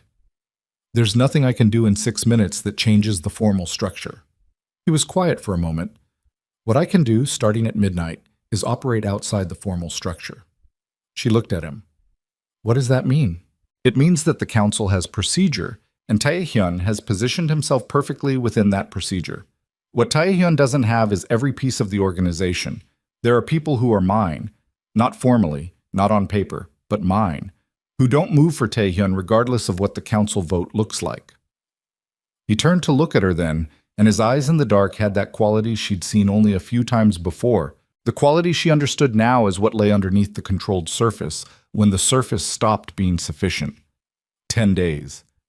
I have 10 days of the deliberation period to demonstrate to the council that the challenge is not in their interest, that keeping me is worth more than the disruption costs. By doing what? By making Tae-hyun's position untenable. How? He looked at her for a moment longer. Outside, Seoul ran past them, and somewhere in the apartment Zion was asking Byun questions about armor, and the phone in her hand read 11:58. There's a man, Min Jae said, a council member. His name is Director Lim. He's been Tae-hyun's longest alliance. They've been aligned for 6 years. If Lim moves away from Tae-hyun, 2 others follow him because they follow Lim. That drops Tae-hyun from 7 votes to 4. And how do you move Lim? Lim has a problem he's been managing privately for 3 years. A financial situation with certain external parties that Tae-hyun does not know I know about. He paused. But there's a complication. Tell me. The information about Lim came from one source inside the structure. One person I trust completely who has been positioned near Lim's operations for 2 years, feeding me information. He stopped. Something in how he stopped. That person, she said slowly, is the person who sent me the message tonight. He was quiet for a full 5 seconds. Her name is Ha-eun, he said. She has been inside Taehyun's peripheral network for 2 years feeding me information. She sent you the warning because she couldn't reach me. Taehyun had my direct line monitored this evening. She couldn't risk contact. He paused. She also told me tonight that Taehyun knows about her. The car went quiet in a specific way. He knows she's been feeding you information, Fatima said. Yes. For how long has he known? She doesn't know. She found out tonight through a second-tier contact that she'd been flagged. He looked at his hands. If Taehyun knows about Haeyoon, then everything she's given me, Lim's financial situation, the external parties, all of it, Taehyun knows I have it, and he's had time to build a counter. Meaning the leverage is compromised. Meaning Lim has been warned. Meaning when I go to Lim with what I know, Lim is already prepared for that conversation. And a man who is prepared for your leverage is a man who has already decided your leverage isn't sufficient. His voice was level, completely flat, and she understood now that the flatness was not coldness. It was what happened to his voice when the thing he was feeling was too large to inflect. I'm 3 moves behind, he said. I've been 3 moves behind since before the meeting tonight. 12:01. The challenge period was open. The car pulled into the building's underground entrance, and Biyun cut the engine, and the 3 of them sat in the enclosed silence of the garage with the fluorescent lights buzzing overhead and Seoul sealed away above them. Ha-eun, Fatima said. Is she safe? She's moving. She has protocols. A pause. She'll be all right. And Lim. I'll go to Lim tomorrow, even knowing he's been prepared, because the alternative is not going to Lim. He opened the car door. Sometimes you make a move that probably won't work because the only other option is not making the move.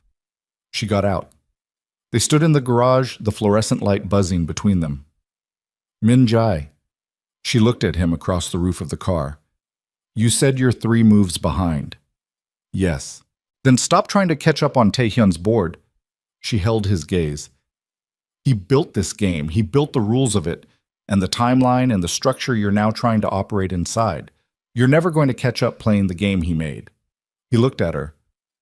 You need a different board, she said. He was very still. What are you suggesting? I don't know your world well enough to tell you what exactly, but I know this. She put her hand flat on the cold roof of the car. Tae-hyun has been playing this for 9 years. Patient and careful, and building inside the structure because the structure is where the power lives. You've been operating the same way because that's the world you know. She held his gaze. What's outside the structure? What's the thing he's never had to account for because it's never been a factor? He looked at her for a long moment. Then something moved in his face. Something she hadn't seen before. A specific quality of attention, different from the operational focus she'd watched all night. Something that looked almost like... His phone rang. He looked at the screen. The expression changed. It's my grandfather, he said. She watched him answer it, watched him listen, watched the quality of his stillness shift as the voice on the other end spoke, shift and shift again. The door he kept held shut moving against his grip in a way she could see from 3 feet away. He lowered the phone. He wants to see us, he said. Both of us. Tomorrow. Busan. He looked at her with an expression that was several things simultaneously. Exhaustion and something raw underneath it, and something else she didn't have a framework for yet. He says he has something to tell me that he should have told me before the marriage. Before any of it. He paused. He says it changes what I think I'm fighting for. She stood in the garage under the buzzing light with the cold concrete smell and the weight of a day that had reorganized itself 3 times already. And she looked at the man she'd married in a courthouse 11 minutes and signed 4 documents and carried across an ocean into a life she hadn't chosen, who was standing across a car roof at 12:03 in the morning, looking at her with his grandfather's voice still in his ear and something broken open in his face. Then we go to Busan, she said. He nodded. He looked down at the phone in his hand. And then from the elevator across the garage, the doors opened and Byun stepped out. And behind him, in the Orioles cap he'd apparently not taken off despite being asleep, was Zion, rubbing one eye with his fist, the dinosaur book tucked under his arm. And he looked across the garage at both of them with the steady gravity of a child who had been waiting and had decided to stop waiting. "Is everything okay?" he said. Min-jae looked at him. Then he crossed the garage in 8 steps and crouched down, fully, completely, the way he always did. And he looked at Zion at eye level and said, with a steadiness in his voice that cost him something she could hear, "Not yet, but we're working on it." Zion looked at him, looked at his mother, looked back at Min-jae. "Okay," he said. He held up the dinosaur book. "I found the part about ankylosaur armor while Byun was explaining security stuff. I think you should read it." Min-jae looked at the book, the controlled face, the held door. And then something gave, not broke, gave, the specific yielding of something that has held as long as it can. And he took the book from Zion with both hands and said quietly, "Show me." And Zion took his hand and started talking. And Min-jae stood up and walked beside him toward the elevator, and Fatima stood at the car and watched them go, and the fluorescent lights buzzed overhead, and the city lived and breathed above them. And somewhere in Busan, an old man with a failing heart was holding a secret that was going to change the shape of... The drive to Busan took 4 hours. They left at 6 in the morning with Zion asleep across the back seat, his head in Fatima's lap, the dinosaur book open across his chest where it had slid from his loosening hands sometime around the first hour. Min-jae drove. Byun followed in a second car at a distance that told her this was standard operating procedure and not something Min-jae had explained to her. She'd stopped needing things explained. She was learning to read the shape of his world the way you learn a language. Not word by word, but by immersion, by accumulation, by the slow process of patterns becoming legible. The highway unspooled south through the gray of early morning.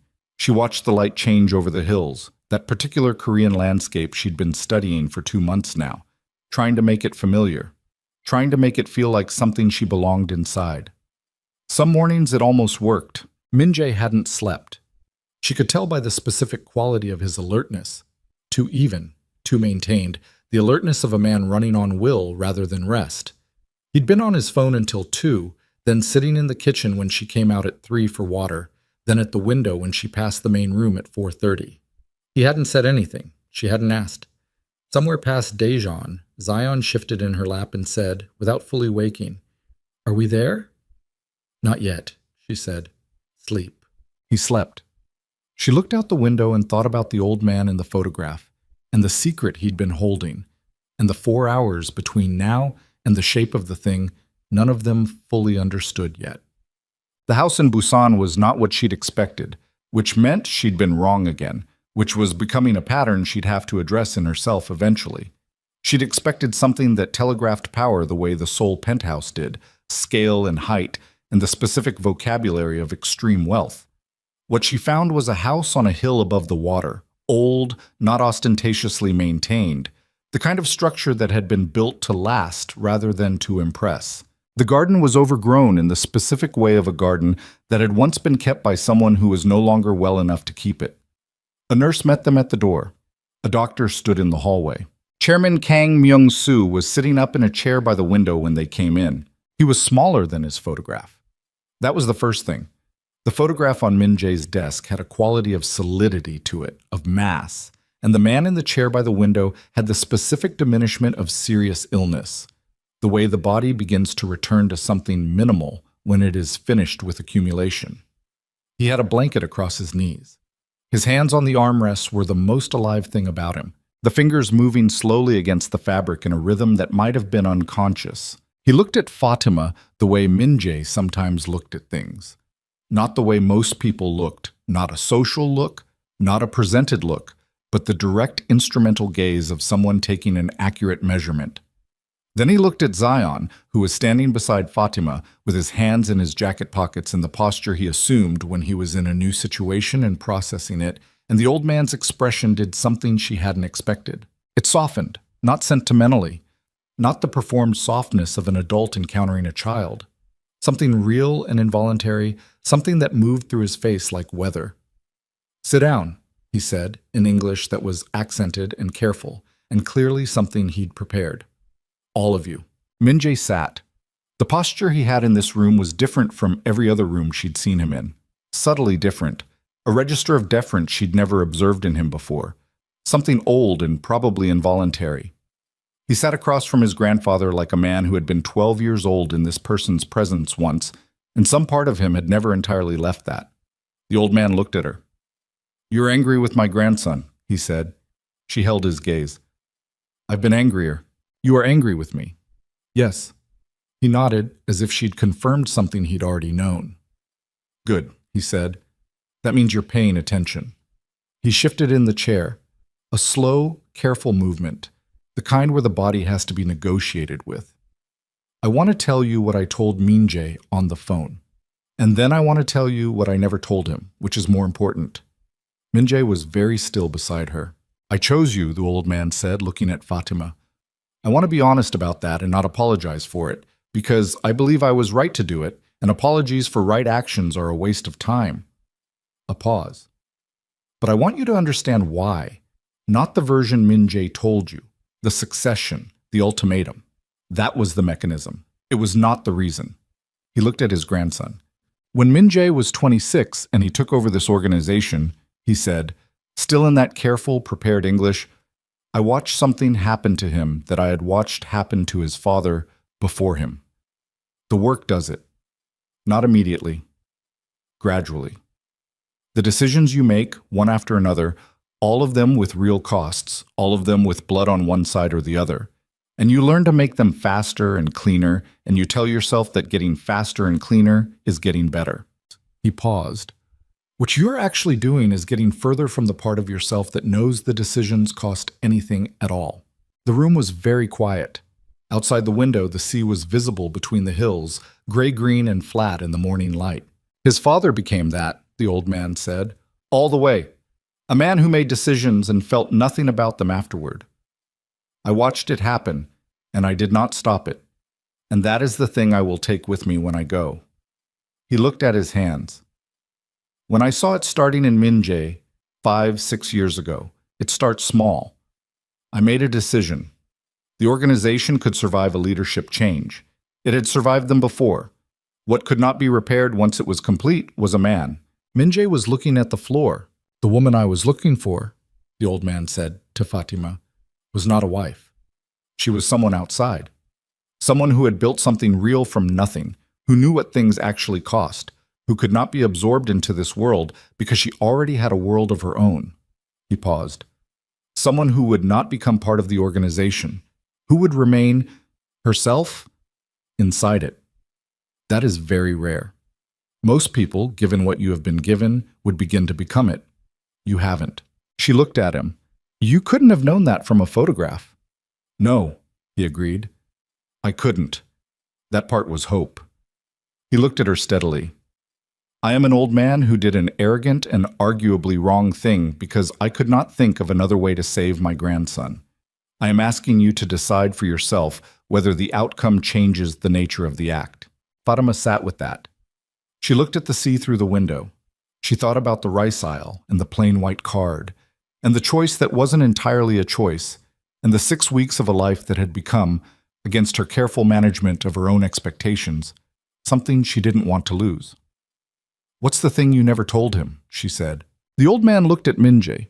Something passed between them. Not words, the older communication, the one that lives underneath words in people who have known each other across decades. "The organization," he said. "Cheongya. I want it to end." Minjae looked up. "Not collapse, not be taken. End." The old man's hands pressed against the armrests. "I built it 60 years ago because I was 23 years old and I was hungry and I was ruthless and I didn't have another way. That was true then. It has been less and less true for 20 years, and I have kept it anyway because I didn't know how to put down something I had been carrying that long." He looked at his grandson. "Taehyun can have what he wants. Let him take it." Not as a defeat, as a release. The legitimate holdings, the real assets, the things that don't require what Cheongya requires, those transfer to Minji, and they become the foundation of something clean, something you can build on without looking over your shoulder for the rest of your life. The silence in the room had a different quality now. Min-jae's voice, when it came, was low and very flat. "You're telling me to walk away." "I'm telling you to walk away before the walking costs more than you have left." The old man looked at him with the directness of someone who has nothing left to protect. Tae-hyun gets Cheongnya. He gets a challenge period that resolves in his favor. He gets what he spent 9 years building toward. And in 5 years, 7 years, the thing he worked his whole life for eats him the same way it ate your father, the same way it was going to eat you. He paused. You don't have to watch that happen. You don't have to be inside it when it does. The council members who are mine, Min-jae said, the people who've been loyal, will be protected. Tae-hyun is not interested in retribution. He's interested in control. A clean transition serves him. It will be structured to protect the people inside it. The old man shifted in his chair. This is what I should have said before the marriage. Before I handed you to each other across a rice aisle in Baltimore like pieces in a plan. He looked at Fatima. I'm sorry for the way it was done. I am not sorry that it was done. Fatima looked at the old man for a long moment. 8 years of single motherhood had given her a very specific ability to read exhaustion. The real kind, bone deep, the kind that has been carried long enough to become structural. She could see it in him. The exhaustion of a man who had been holding something for 60 years and had finally, in the reduced clarity of a failing body, understood what the holding had cost. Zion, she said. Zion, who had been sitting very still beside her with the dinosaur book in his lap, looked up. Why don't you go ask the nurse if there's somewhere you can read for a few minutes? He looked at the old man, then at Min-jae. With the steady gravity that was entirely his own, he stood up, and then he crossed the room to the old man's chair, and he held out the dinosaur book. You can look at this while we're talking, he said. The pictures are good, even if you can't read English. The old man looked down at the book in Zion's hands. The softening in his face happened again, that real involuntary thing. He took the book with both hands. Thank you, he said. Zion nodded and went to find the nurse. Troseb. They stayed in Busan for 2 days. The first day was the conversation, the full one, the one with all the pieces on the table, Min-jae and his grandfather and Fatima sitting in that room above the sea while the light changed outside, and the nurse brought tea that went cold on the table, and Byun stood somewhere outside the door, doing whatever Byun did in the spaces between. The conversation was not clean and it was not easy. And at one point Min-jae stood up and walked to the window and stood there for a long time with his back to the room. And the old man said nothing, and Fatima said nothing. And after a while Min-jae came back and sat down. The second day was quieter. In the morning Min-jae made calls. A different quality of call than the ones she'd been overhearing for 2 months. Not the tightly controlled operational frequency, but something that had a different register, slower, longer pauses, the sound of a man choosing words he'd never had to choose before. She didn't listen. She took Zion to the waterfront, and they walked along the harbor, and he found a cat sitting on a pier post and spent 20 minutes in solemn negotiation with it over whether it would allow itself to be touched, which it eventually did. And she stood there in the cold sea air, watching her son make friends with a harbor cat in Busan. And she felt something move through her that she couldn't have named and didn't try to. In the afternoon, Min-jae found them at the harbor. He walked toward them with his hands in his pockets and his jacket open against the cold, and he looked different in some way she was still trying to locate. Not changed, not transformed in the dramatic way of stories, just shifted. A weight carried slightly differently. The way your posture changes when you've been holding a bag on one shoulder for so long, you forget you're holding it, and then you put it down. He stood beside her and looked at the water. It's done, he said. She looked at him. How? I called Tae-hyun this morning, told him I was withdrawing the contest. The challenge period runs its formal course. The council confirms the transition. Tae-hyun takes the formal seat within 30 days. He paused. The legitimate holdings, the construction interests, the shipping logistics, 3 properties, the investment accounts, transfer to a new structure under my name. Clean, legal, auditable. Another pause. It took 40 minutes. How did he respond? He was silent for a long time. Min-jae looked at the water. Then he said he wasn't certain I wasn't setting a trap. Are you? He turned to look at her. No. She studied his face. The sea light was doing something to it. Not flattering, just honest. The flat gray light that showed things as they were rather than as they might want to be seen. "Are you all right?" she said. He thought about this with genuine attention rather than the reflexive fine that men like him kept ready. "I don't know yet," he said. "I know it's right. I know the other version, fighting for it, spending the next 5 years holding on to something that was going to require an increasingly terrible price. I know that version ends somewhere I don't want to be." He paused. "Whether right makes it all right is a different question." "It doesn't," she said. "Not immediately." He looked at her. "It just means you made the right call," she said. "The rest is time." Zion had discovered a second cat further down the pier and was pursuing it with diplomatic patience. Min-jae watched him. "The year is almost up," he said. She went still. "The contract. 11 months." He kept his eyes on Zion. "I wanted to say something before it expired, and the thing I needed to say got tangled up with the logistics of it expiring." She waited. "I don't want to honor the contract," he said. "Not because I intend to break any of the financial terms. Those stand regardless. I don't want to honor the contract because honoring a contract means we were a contract, and I—" He stopped. "I am not willing to let what this has been be described by what it started as." She looked at him. The harbor moved. A boat somewhere to their left was heading out, its engine carrying across the water with the specific clarity of cold air. "Zion called me something last night," Min-jae said. "When I put him to bed, he said—" He stopped again, and this time she could see it cost him differently, the kind of cost that comes from something that matters too much to be said easily. "He said goodnight, the way he says it to you, the same word.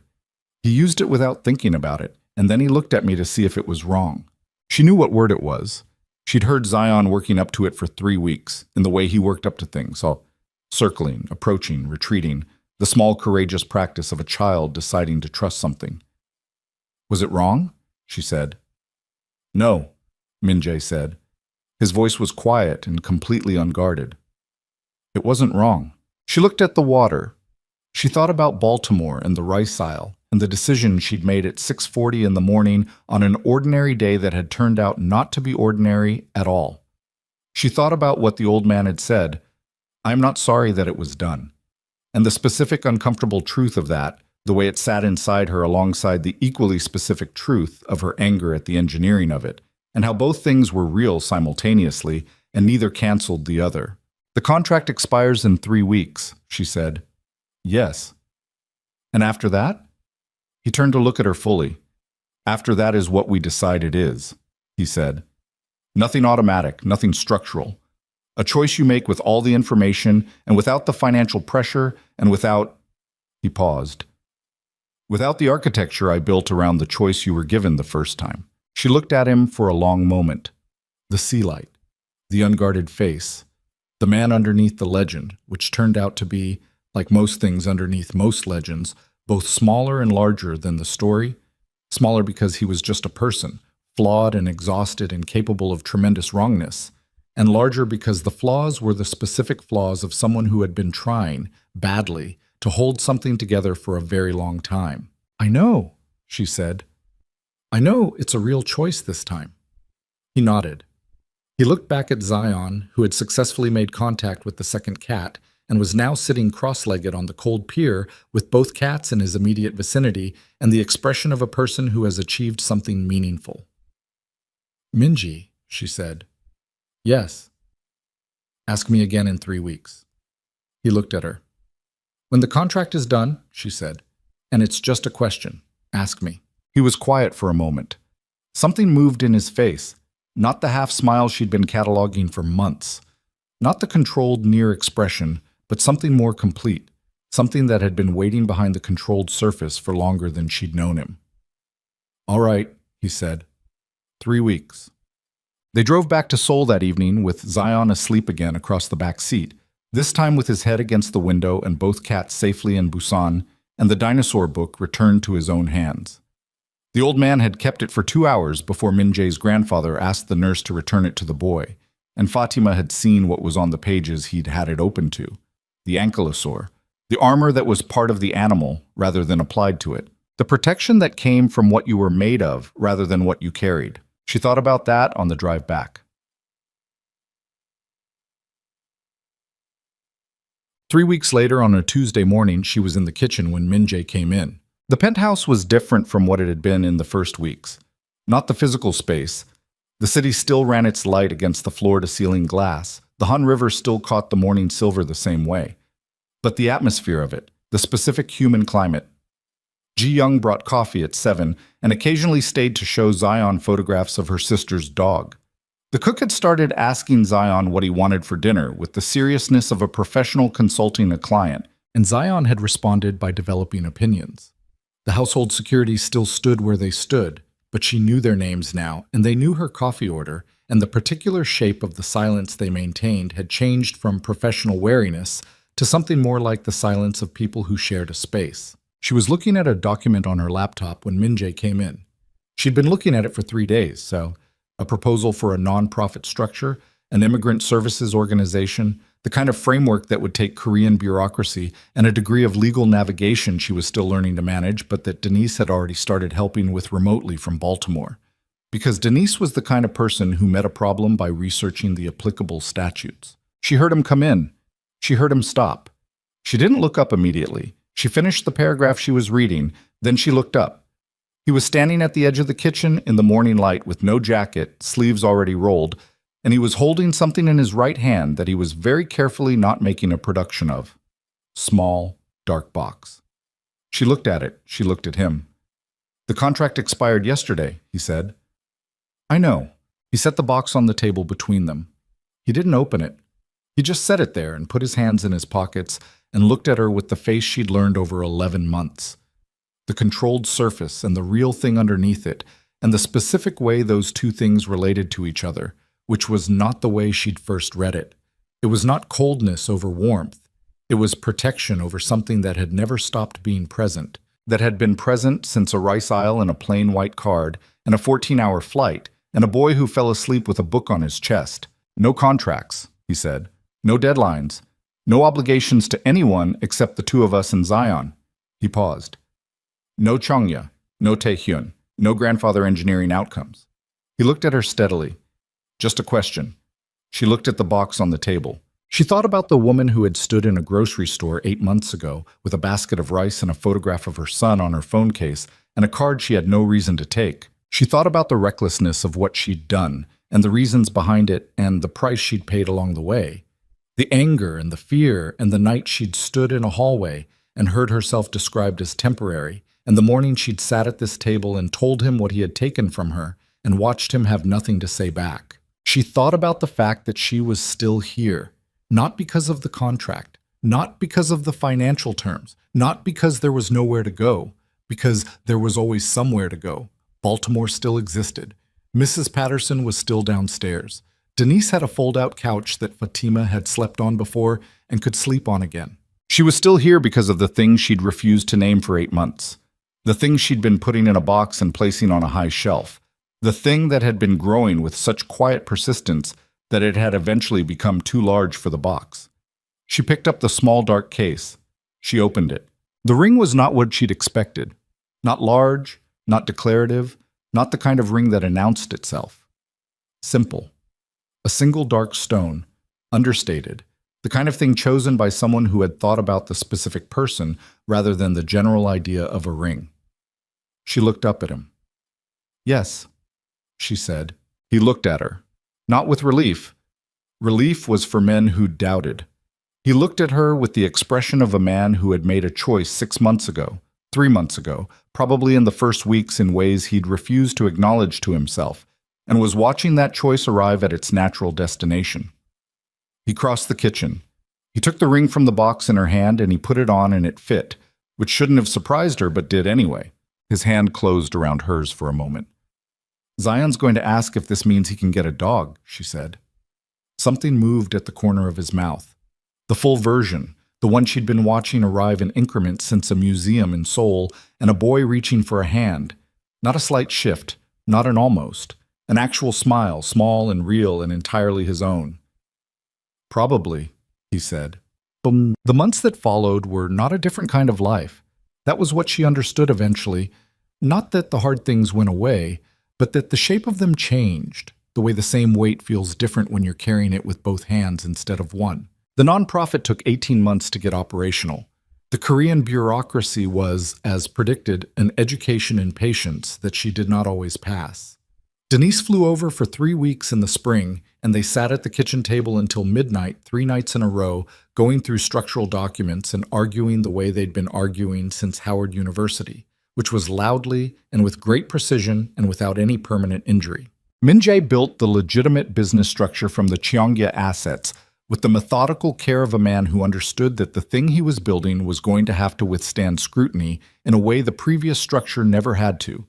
And this turned out to require more time and more patience and more legal architecture than either of them had initially estimated. He worked long hours. He came home for dinner. He rinsed his coffee cups and also sometimes left them on the counter. And she had stopped noting which he did because the fact of him being in the kitchen at all had long since ceased to register as something to catalog. Taehyun took Cheongya and spent 3 years consolidating it, and then spent 2 more years managing the cascading consequences of having what he'd wanted, which was exactly what the old man had predicted, which Fatima noted privately and did not say aloud because saying it aloud would have served nothing except the petty satisfaction of being right. And she had enough to be satisfied about without that. Chairman Kang Myung-soo lived 14 months after Busan. He died on a morning in autumn in the house above the sea, and Min Jae was there, and Fatima was there, and Zion sat outside in the overgrown garden with the harbor visible below and named every dinosaur he could think of in order of time period, which was how he processed things that were too large to process in words, and no one asked him to stop. Zion grew.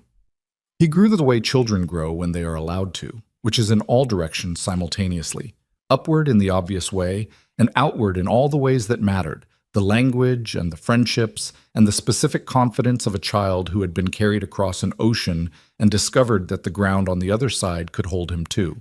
He spoke Korean with an accent that his classmates found endearing and that Min Jae corrected with patient precision in the evenings over dinner. He kept asking about the dog. They eventually got the dog. It was small and had very large ears, and Zion named it without consulting anyone, and the name he chose was Ankylosaur, which everyone shortened to Anki.